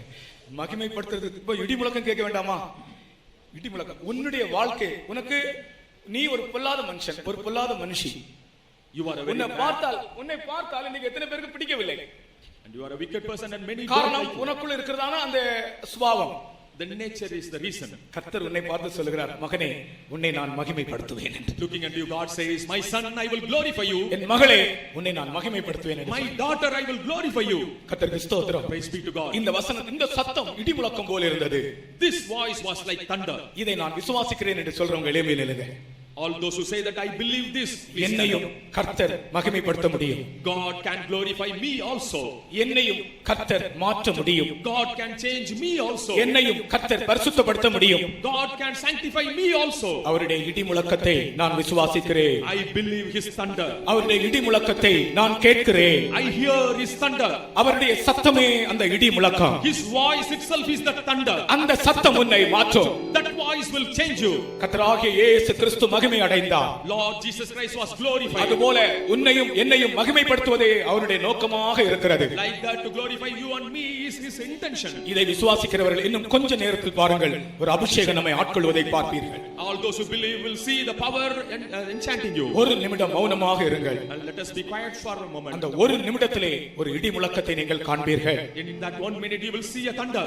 தேவன் நேற்றும் இன்றும் என்றும் மாறாதவர். Our God is unchanging for yesterday, today. இயேசு நேற்றும் இன்றும் என்றும் மாறாதவர். Jesus is unchanging for yesterday, today and forever. பரிசுத்த ஆவியானவர் அன்றும் இன்றும் என்றும் மாறாதவர். Holy Spirit is also unchanging yesterday, today and forever. நம்மை மகிமைப்படுத்துகிற வேலைதான் இந்த நாட்களில் செய்து கொண்டிருக்கிறார். And he is doing the work of glorifying us in these days. உனக்கு எத்தனை நாட்கள் இனி இந்த உலகத்தில், உனக்கு எத்தனை வயது நீ இருக்க போகிறாய் என்று கேட்டால், If asked how long or for how many years, எல்லாரும் 100 வயது வரைக்கும் இருக்க விரும்புவார்கள். all will desire to live for 100 years. ஒரு சின்ன பையனிடத்துல how old are you ன்னு கேட்டோம். How old are you? To a small boy it was asked, how old are you? சாதாரணமாக அது கேட்கிற கேள்வி தான், அப்படிதானே? It was an ordinary question. Professor சொல்லுங்க. சாதாரணமாக அது கேட்கிற கேள்வி. How old are you? அந்த பையன் என்ன சொன்னான் தெரியுமா? அப்படி கேட்காதீங்க, how young are you ன்னு கேளுங்க. The boy replied, don't ask like that, you ask me how young I am. எனக்கு அதிசயமாய் போச்சு. I was wondering. அந்த பையன் சொன்னா, how young are you அப்படி கேளுங்க. The boy said, you ask me how young I am. நான் அதில இருந்து சின்ன பசங்களை பார்க்கும்போது how young are you ன்னு தான் கேட்பேன். அவங்களுக்கு ஓல்ட் ஆக விருப்பமே இல்லை. They don't want to become old at all. ஆனால் நாம் ஓல்டாகத்தான் போகிறோம். but certainly we will become old. நான் இன்னும் ஒரு 20 வருஷம் இருப்பேன் என்று சொல்றவங்க எத்தனை பேருங்க? How many of you can say that you will live for 20 years? ஒருவேளை இந்த ராத்திரியிலே கர்த்தர் வருவார் அல்லது இந்த ராத்திரியிலே நம்மை அழைப்பார். And probably this night the Lord will come. ஒரு குறுகிய காலத்திற்குள், and only a short time, ஒரு குறுகிய காலத்திற்குள், within a short period, பொல்லாத மனுஷனான உன்னை and the wicked person you, மகிமையான மனுஷனாக கர்த்தர் மாற்ற விரும்புகிறார். God wants to make you a glorious person. அதுதான் நான் மகிமைப்படுத்தினேன், இன்னமும் மகிமைப்படுத்துவேன். I glorified and I will glorify more. அந்த வேலையை விசுவாசித்து நீங்கள் ஒரு நிமிடம் மௌனமாக இருங்கள். அந்த ஒரு நிமிடத்திற்குள்ள ஒரு பெரிய இடி முழக்கத்தை காண்பீர்கள். அருமையான ஊழியக்காரரே, Dear workers of God, மனிதனை மகிமைப்படுத்துகிற ஊழியத்தை தான் கர்த்தர் நமக்கு தந்திருக்கிறார். God has given us the work of glorifying man. அதை இடி முழக்கமாக, தேவ சத்தமாக அதை கர்த்தர் வெளிப்படுத்துகிறார். The Lord reveals that as his voice and thunder. இடி முழக்கம் என்பது தேவனுடைய அதிகாரம். Thunder is the authority of God. அந்த அதிகாரத்துக்கு முன்பாக யார் நிற்க முடியும்? Who can stand before that authority? அந்த வல்லமைக்கு முன்பாக யார் நிற்க முடியும்? Who can stand before that power? அந்த வல்லமை உன்னை மகிமைப்படுத்த முடியும். That power can glorify you. பரிசுத்தமே இல்லாத உன்னை பரிசுத்தவானாக அவர் மாற்ற முடியும். It can make you a holy person who doesn't have holiness at all. ஒரு சின்ன காரியத்திற்கு கூட நீ விசுவாசிக்காத உன்னை விசுவாசம் உள்ளவனாய் உன்னை மாற்ற முடியும். It can change you a man of faith who doesn't have faith for even a small thing. உன்னுடைய சொந்த பிள்ளைகள் மேல் கூட உனக்கு நம்பிக்கை இல்லை, அப்படிப்பட்ட உன்னை விசுவாசம் உள்ள ஒரு ஆளாக உன்னை மாற்ற முடியும். You don't trust your own children and it will make you a man of faith. Pastor C John அவர்கள் ஒரு நாள் சொன்னார்கள், Pastor C. John said one day, அந்த பாவியாகிய ஸ்திரியை இயேசு அவளோடு பேசிக் கொண்டிருக்கும் போது, when Jesus was speaking to that sinful woman, இயேசுவினுடைய விசுவாசம், தேவகுமாரனுடைய விசுவாசம் அவளை பரிசுத்தவாட்டியாக மாற்றியதா. The faith on the Son of God and Jesus made her a holy woman. மகளே, நான் உன்னை மகிமைப்படுத்துகிறேன் என்று சொல்லுகிறார். He says, I will glorify you. மகளே, நான் உன்னை மகிமைப்படுத்துகிறேன் என்று சொல்லுகிறார். He says, daughter, I glorify you. மகனே, நான் உன்னை மகிமைப்படுத்துகிறேன் என்று சொல்லுகிறார். He says, my son, I glorify you.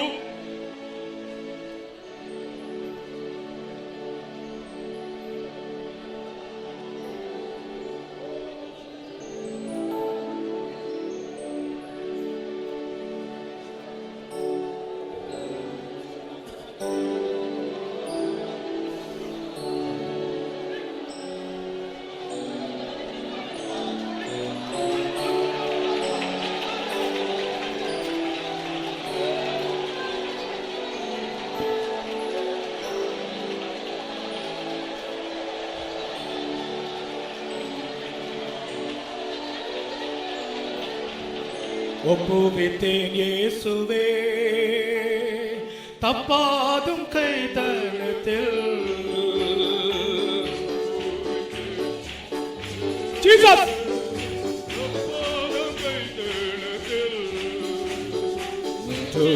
ஜீவியமே மாறவின் சாயனா.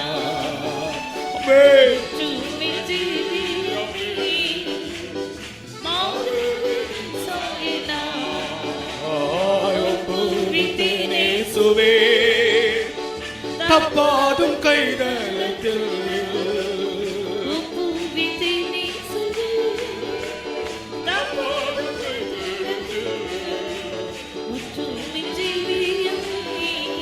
ஓ மாறவின் சாயனா.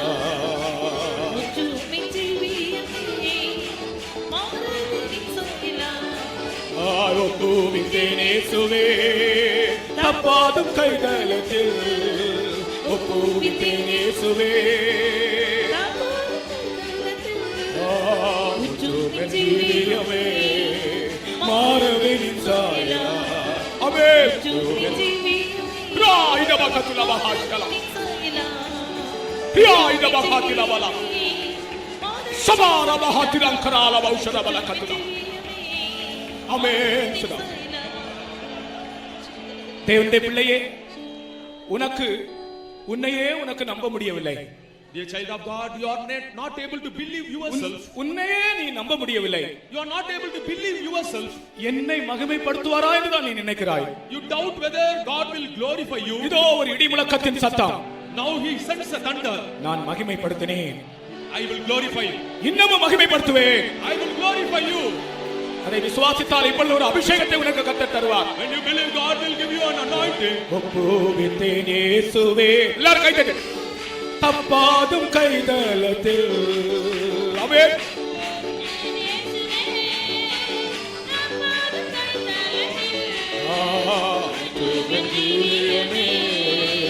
மாறுவின் சாயலாய். ஆமென்.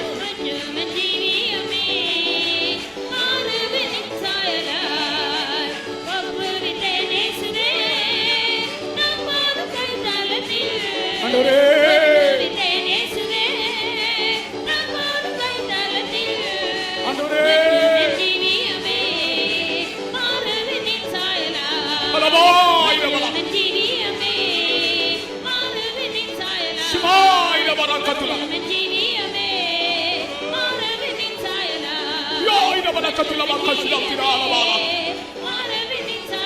இடிவிளக்கமுண்டாயிற்று.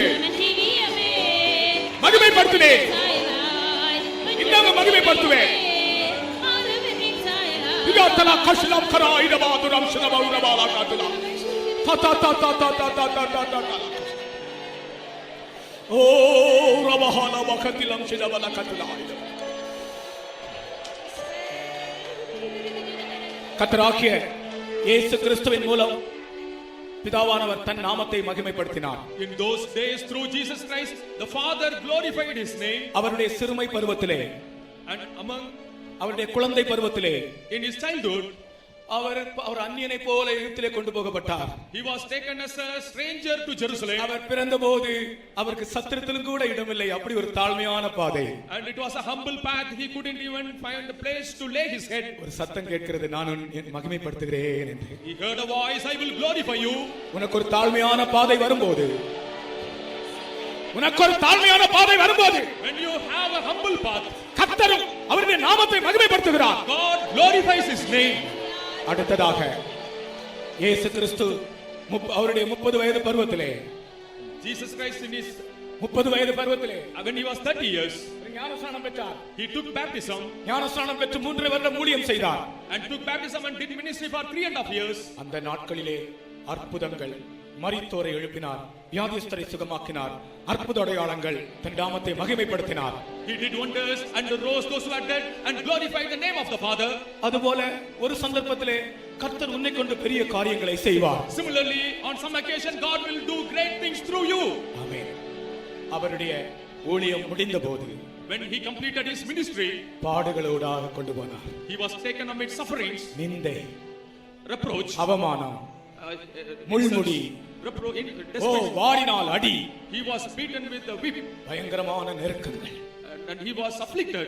ஒவ்வொரு நெருக்கத்தின் மத்தியிலும் கர்த்தருடைய சத்தம் துணிக்கிறது, மகிமைப்படுத்தினேன், இன்னமும் மகிமைப்படுத்துவேன். Amidst every affliction, hear the voice of the Father, I will அதுபோல glorify you. ஆண்டவர் உன்னை பலவிதமான பாடுகளுடாய் கொண்டு போகும்போது பதறாதே, கலங்காதே, கர்த்தர் அவருடைய நாமத்தை மகிமைப்படுத்துகிறார். When God takes you through different paths, don't be troubled. God glorifies his name. கோபித்தேனேசுவே தப்பாதும் கைதலத்தில்.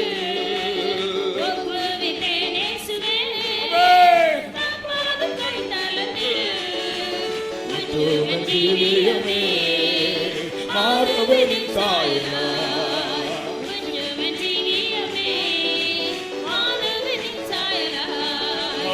கோபித்தேனேசுவே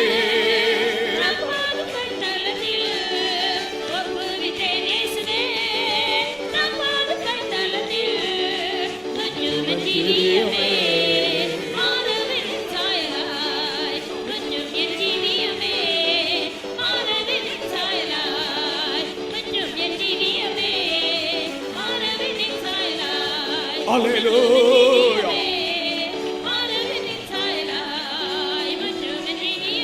ஆண்டவர் ஆண்டவர் உங்களில் சிலரை திட்டவட்டமாய் தொட்டிருக்கிறார். அப்படி தொடப்பட்டவர்கள் மட்டும் உங்களுடைய கைகளை உயர்த்துங்கள், மற்றவங்க கைகளை போடுங்க. ஆண்டவரால் இப்ப தொடப்பட்டவங்க மட்டும்.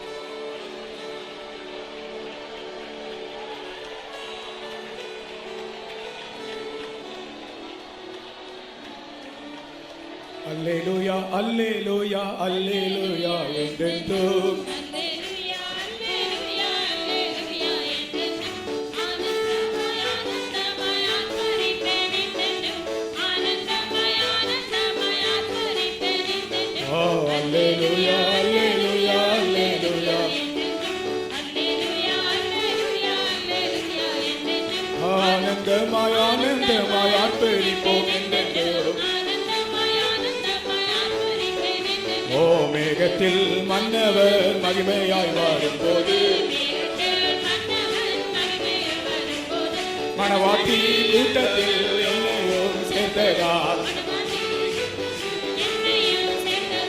அல்லேலூயா அல்லேலூயா அல்லேலூயா என்றென்றும் ஆனந்தமாய் ஆனந்தமாய் ஆர்ப்பரிப்போம் என்றென்றும்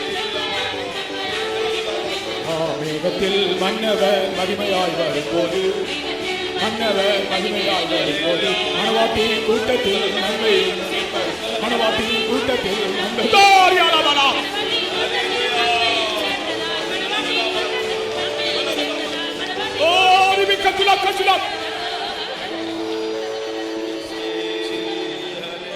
என் பிள்ளைகளே, நான் உங்களோடு பேசுகிறேன். I speak unto you. இனி காலம் அதிகம் இல்லை. There is no much time hereafter. முடிவு சீக்கிரம் வரப்போகிறது. The end is at hand. நான் கிரியை செய்து கொண்டிருக்கிறேன். I am working. என் கரத்தை நான் உங்களுக்காக நீட்டி இருக்கிறேன். I stretch out my hand for your sake. என்னுடைய கரத்தின் நிழலிலே மறைந்து கொள்ளுங்கள். You hide yourself under the shadow of my hand. நான் உங்களை கடைசி வரைக்கும் பாதுகாப்பேன் என்று கர்த்தர் சொல்லுகிறார். I will lead you till the end, the Lord says. இடத்தில் மன்னவர் மகிமையாய் வரும்போது இடத்தில் மன்னவர் மகிமையாய் வரும்போது மணவாட்டி கூட்டத்தில் நன்மையை சேர்த்ததால் அல்லேலூயா அல்லேலூயா மகிமையாய் வரும்போது இடத்தில் மன்னவர் மகிமையாய் வரும்போது மணவாட்டி கூட்டத்தில் நன்மையை சேர்த்ததால்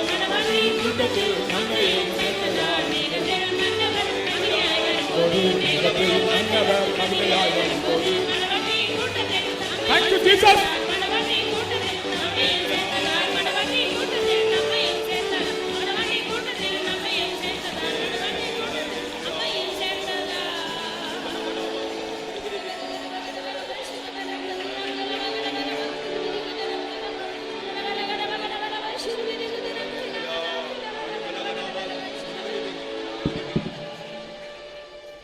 முதல் கூட்டத்தை கர்த்தர் ஆசீர்வதித்தபடியால் ஸ்தோத்திரிப்போம். பவனிலே நடக்க உதவி செய்தபடியால் ஸ்தோத்திரிப்போம். திங்கள் செவ்வாய் 2 நாள் கூட்டங்களுக்காக ஸ்தோத்திரிப்போம். கடைசி காலமா இருக்கிறபடினால் எல்லா கூட்டங்களுக்கும் எல்லாரையும் நாங்கள் அழைக்கிறோம். எல்லாரும் வரும்படியாக ஸ்தோத்திரிப்போம். ஜெபம் பண்ணலாம். பரிசுத்தமுள்ள பிதாவே, இந்த அருமையான நேரத்திற்காக நன்றியோடு ஸ்தோத்திரிக்கிறேங்க தாவே. கடந்த நாட்கள் எல்லாம் எங்களை கண்மணி போல் பாதுகாத்து இந்த மாதத்தின் கடைசி நாளில் இந்த தாவே இந்த மாலை நேரத்தில் கத்தாவே, இந்த முதலாம் நாள் கத்தாவே பவனியோடு ஆரம்பித்ததா இந்த சுவிசேஷ கூட்டத்தின் மேன்மையான வெளிப்படுத்துறதான சத்தியங்களுக்கு நன்றியோடு ஸ்தோத்திரிக்கிறேங்க தாவே. உடைய தாசனை பலப்படுத்தி இடிமுழக்கமுள்ள சத்தங்களை நீ வெளிப்படுத்தின நான் நன்றியோடு ஸ்தோத்திரிக்கிறேங்க தாவே. நீர் இடிமுழக்கமுள்ள தேவன் கத்தாவே, நீர் மகத்துவத்தை வல்லமை அணிந்து கொண்டவர் கத்தாவே. உடைய வார்த்தைகள் இடிமுழக்கமாய் எல்லாத்தையும் ஏற்கொள்ளக்கூடியதாய் கத்தாவே, சகலத்தையும் சிருஷ்டிக்கக்கூடியதாய் கத்தாவே, நியாயத்திற்கு கொடுக்கக்கூடியதா இருக்கிறபடினாலே நன்றியோடு ஸ்தோத்திரிக்கிறேங்க தாவே. ஸ்தோத்திரம். அன்றைக்கு எகிப்திலே கத்தாவே இடிமுழக்கத்தின் தேவன் கிரியை செய்து கத்தாவே, அந்த பயங்கரமான அடிமைத்தனத்திலிருந்து இஸ்ரவேல் ஜனங்கள் மீட்டெடுக்க முடியாது, ரட்சிக்க முடியாது கத்தாவே, பாவத்திலிருந்தும் அடிமைத்தனத்திலிருந்து விடுதலையாக்க முடியாது கத்தாவே. நம்முடைய இடிமுழக்கத்தின் வார்த்தையை வெளிப்படுத்தி கத்தாவே, நம்முடைய கோலாய் வசனத்தின் மூலமாக மோசன் மூலமாக வெளிப்படுத்தி கத்தாவே, ரட்சிப்பை கட்டளையிட்டதற்காக நன்றியோடு ஸ்தோத்திரிக்கிறேங்க தாவே. அந்த வாதைகள் 10 வாதைகள் மூலமாக அந்த ஜனத்தை கத்தாவே நீர் ஆண்டவரை சந்தித்த கத்தாவே ஸ்தோத்திரிக்கிறேங்க தாவே. நம்முடைய வல்லமையுள்ள கரம், நம்முடைய வல்லமையுள்ள கோல், நம்முடைய வல்லமையுள்ள சத்தம் அன்றைக்கு ரட்சிப்பை கட்டளையிட்டு எகிப்திலிருந்து விடுதலையோடு புறப்பட வர உதவி செய்ததற்காக நன்றியோடு ஸ்தோத்திரிக்கிறேங்க கத்தாவே. அதுபோல பாவத்தின் அடிமத்திலிருந்துதானே ஜனங்களை மீட்டெடுக்க முடியாக முடியல இடிமுழக்கத்தின் வார்த்தைகளை இன்று கேட்டதான மக்கள் விடுதலாக்க முடியாக நீ கிரியை செய்தவனால் நன்றியோடுமே ஸ்தோத்திரிக்கிறேன் கத்தாவே. நீ நியாயத்தில் கொடுக்கிறவர்களை அறிந்து கொள்ளத்ததாக கத்தாவே அந்த வாதைகள் அங்கே அனுமதிக்கப்பட்டதை பார்க்கிறேன் கத்தாவே. அந்த வாதைகள் மூலமாக அநேக ஆண்டவரே பயந்து உமக்கு பயந்து ஜீவித்தார்கள் பார்க்கிறேன் கத்தாவே. ரட்சிப்பை கட்டளையிட கத்தாவே. விலையேற்பட்ட மேன்மையான ஜீவித்தை வெளிப்படுத்துகிற கத்தாவே ஸ்தோத்திரிக்கிறேன் கத்தாவே. சீனாய் மலையிலே ஒரு இடிமுழக்கம் உண்டான என்று பார்க்கிறேன் கத்தாவே. அங்கே பரிசுத்தாவின் அபிஷேகத்தின் வல்லமையை நாங்கள் அனுபவிக்க முடியாக சிறுவர் ஜனங்களை கொடுத்ததான் மேலான பாக்கியத்துக்காக ஸ்தோத்திரிக்கிறேன் கத்தாவே. அதுபோல பரிசுத்தாவின் வல்லமை கத்தாவே மிகுந்த அன்புள்ளது கத்தாவே, இரக்கம் உள்ளது, உருக்கம் உள்ளது கத்தாவே, மனதுருக்கம் உள்ளது கத்தாவே. நீர் பரிசுத்த ஆவியானவர் கத்தாவே எங்கள் மேல் இரக்கம் உள்ளவராக அன்புள்ளவராக பரிசுத்த ஜீவியத்தை தருகிறவராக பலமுள்ள ஒரு அபிஷேகத்தை தருகிறவராய் பயத்தினால் அகற்றப்படுகிறவராய் கத்தாவே எங்களை மத்தியில் இறங்கி வந்தபடினால் ஸ்தோத்திரிக்கிறேன் கத்தாவே. ஆண்டவரே ஸ்தோத்திரிக்கிறேன் கத்தாவே. அன்றைக்கு கத்தாவே சாமியில் மூலமாக மிஸ்பாவிலே கூடியிருந்ததான சபையாரை கூட்டங்கள் என்று சொல்லப்பட்ட வசந்தம் கத்தாவே அவர்கள் கூடி வந்ததான இடத்துல ஒரு பெரிய ஜெயத்தை பெலிஸ்தீனுக்கு ஜெயத்தை கொடுத்தது போல கத்தாவே இன்றைக்கு பரிசுத்த ஐக்கியத்தில் நினைத்திருக்கதான் தேவனுடைய பிள்ளைகளை ஒரு ஜெயத்தையுள்ளவர்களாய் மாற்றுகிறவர்கள் மாதிரி நான் நன்றியோடு ஸ்தோத்திரிக்கிறேன் கத்தாவே. இந்த மேன்மையான ஒரு ஜீவித்தை எங்களுக்கு கிருபையாய் தந்தபடினால ஸ்தோத்திரிக்கிறேன் கத்தாவே. நீர் அன்றைக்கு பூமியில ஜீவித்த நாட்களிலே பிதாவிற்கு ஜெபித்தது போல கத்தாவே எங்களுடைய ஜீவித்தல் கத்தாவே நாங்கள் கெஞ்சி கேட்கிறோம் கத்தாவே. நீர் எங்களை மகிமைப்படுத்த போறபடினால ஸ்தோத்திரம் இன்னமும் மகிமைப்படுத்தும் சொன்னீர் கத்தாவே. ஹல்லேலூயா. நீர் எங்களை மகிமையிலே எங்களை ஏறெடுக்க போறபடினால நன்றியோடு ஸ்தோத்திரிக்கிறோம் கத்தாவே. இந்த மேன்மையான ஜீவித்தை எங்களை தந்திருக்க அப்படினால ஸ்தோத்திரம் கத்தாவே. மகிமையின் மேல் மகிமையிலிருந்து மரணமாக்கப்பட்டு உம்முடைய சன்னியாசத்தில் காணப்படுத்ததாக உம்முடைய பாதப்படியில் சேரத்ததாக நீர் எப்பொழுது வருகிறோம் அப்பொழுது நாங்கள் ஆயத்தமா இருக்கத்ததாக அதுக்கு தகுதி உள்ளான் ஜீவிக்கத்ததாக இந்த கடைசி காலத்தில் உம்முடைய கரத்தினாலே மூடி மறைத்து எங்களை பாதுகாக்கிறவர் கத்தாவே எங்களோடு அற்புதமாக பேசணும்னால ஸ்தோத்திரம். இந்த வார்த்தைகள் ஒவ்வொருவருடைய உள்ளத்தில் கிரியை செய்து உடைய நாமத்தை மயப்படுத்துங்க தான் வந்துதான் மக்கள் விடுவித்ததுக்காக ஸ்தோத்திரம். பிசாசின் பிடியிலிருந்தும் எல்லா கட்டுகளிலிருந்தும் பாவை சீர்த்தன் விடுதலாக்கணும்படினால ஸ்தோத்திரம். இடுமலக்கத்தின் சத்தத்தை கேட்டு ஜனங்கள் பெரிய ரட்சிப்பை வெளிச்சத்தின் சந்தோஷத்தை அனுபவிக்க முடியாது கிருபை தந்ததுக்காக ஸ்தோத்திரம். உடைய தயவுல கர்த்தர் படிக்கிறோம் ஆசீர்வதி இயேசு நாமத்தில் பிதாவே. பிதாவாகிய தேவனை ஸ்தோத்திரிப்போம். குமாரனா இயேசுவை ஸ்தோத்திரிப்போம். பரிசுத்த ஆவியானவரை ஸ்தோத்திரிப்போம். நம்முடைய இயேசு சீக்கிரம் வரப்போகிறபடியால் ஸ்தோத்திரிப்போம். நம்முடைய கர்த்தராகிய இயேசு கிறிஸ்துவின் கிருபையும் பிதாவாகிய தேவனுடைய அன்பும் பரிசுத்த ஆவியின் ஐக்கியமும் நம் அனைவரோடும் சதா காலங்களிலும் தங்கியிருப்பதாக. அல்லேலூயா, அல்லேலூயா, அல்லேலூயா. Praise the Lord.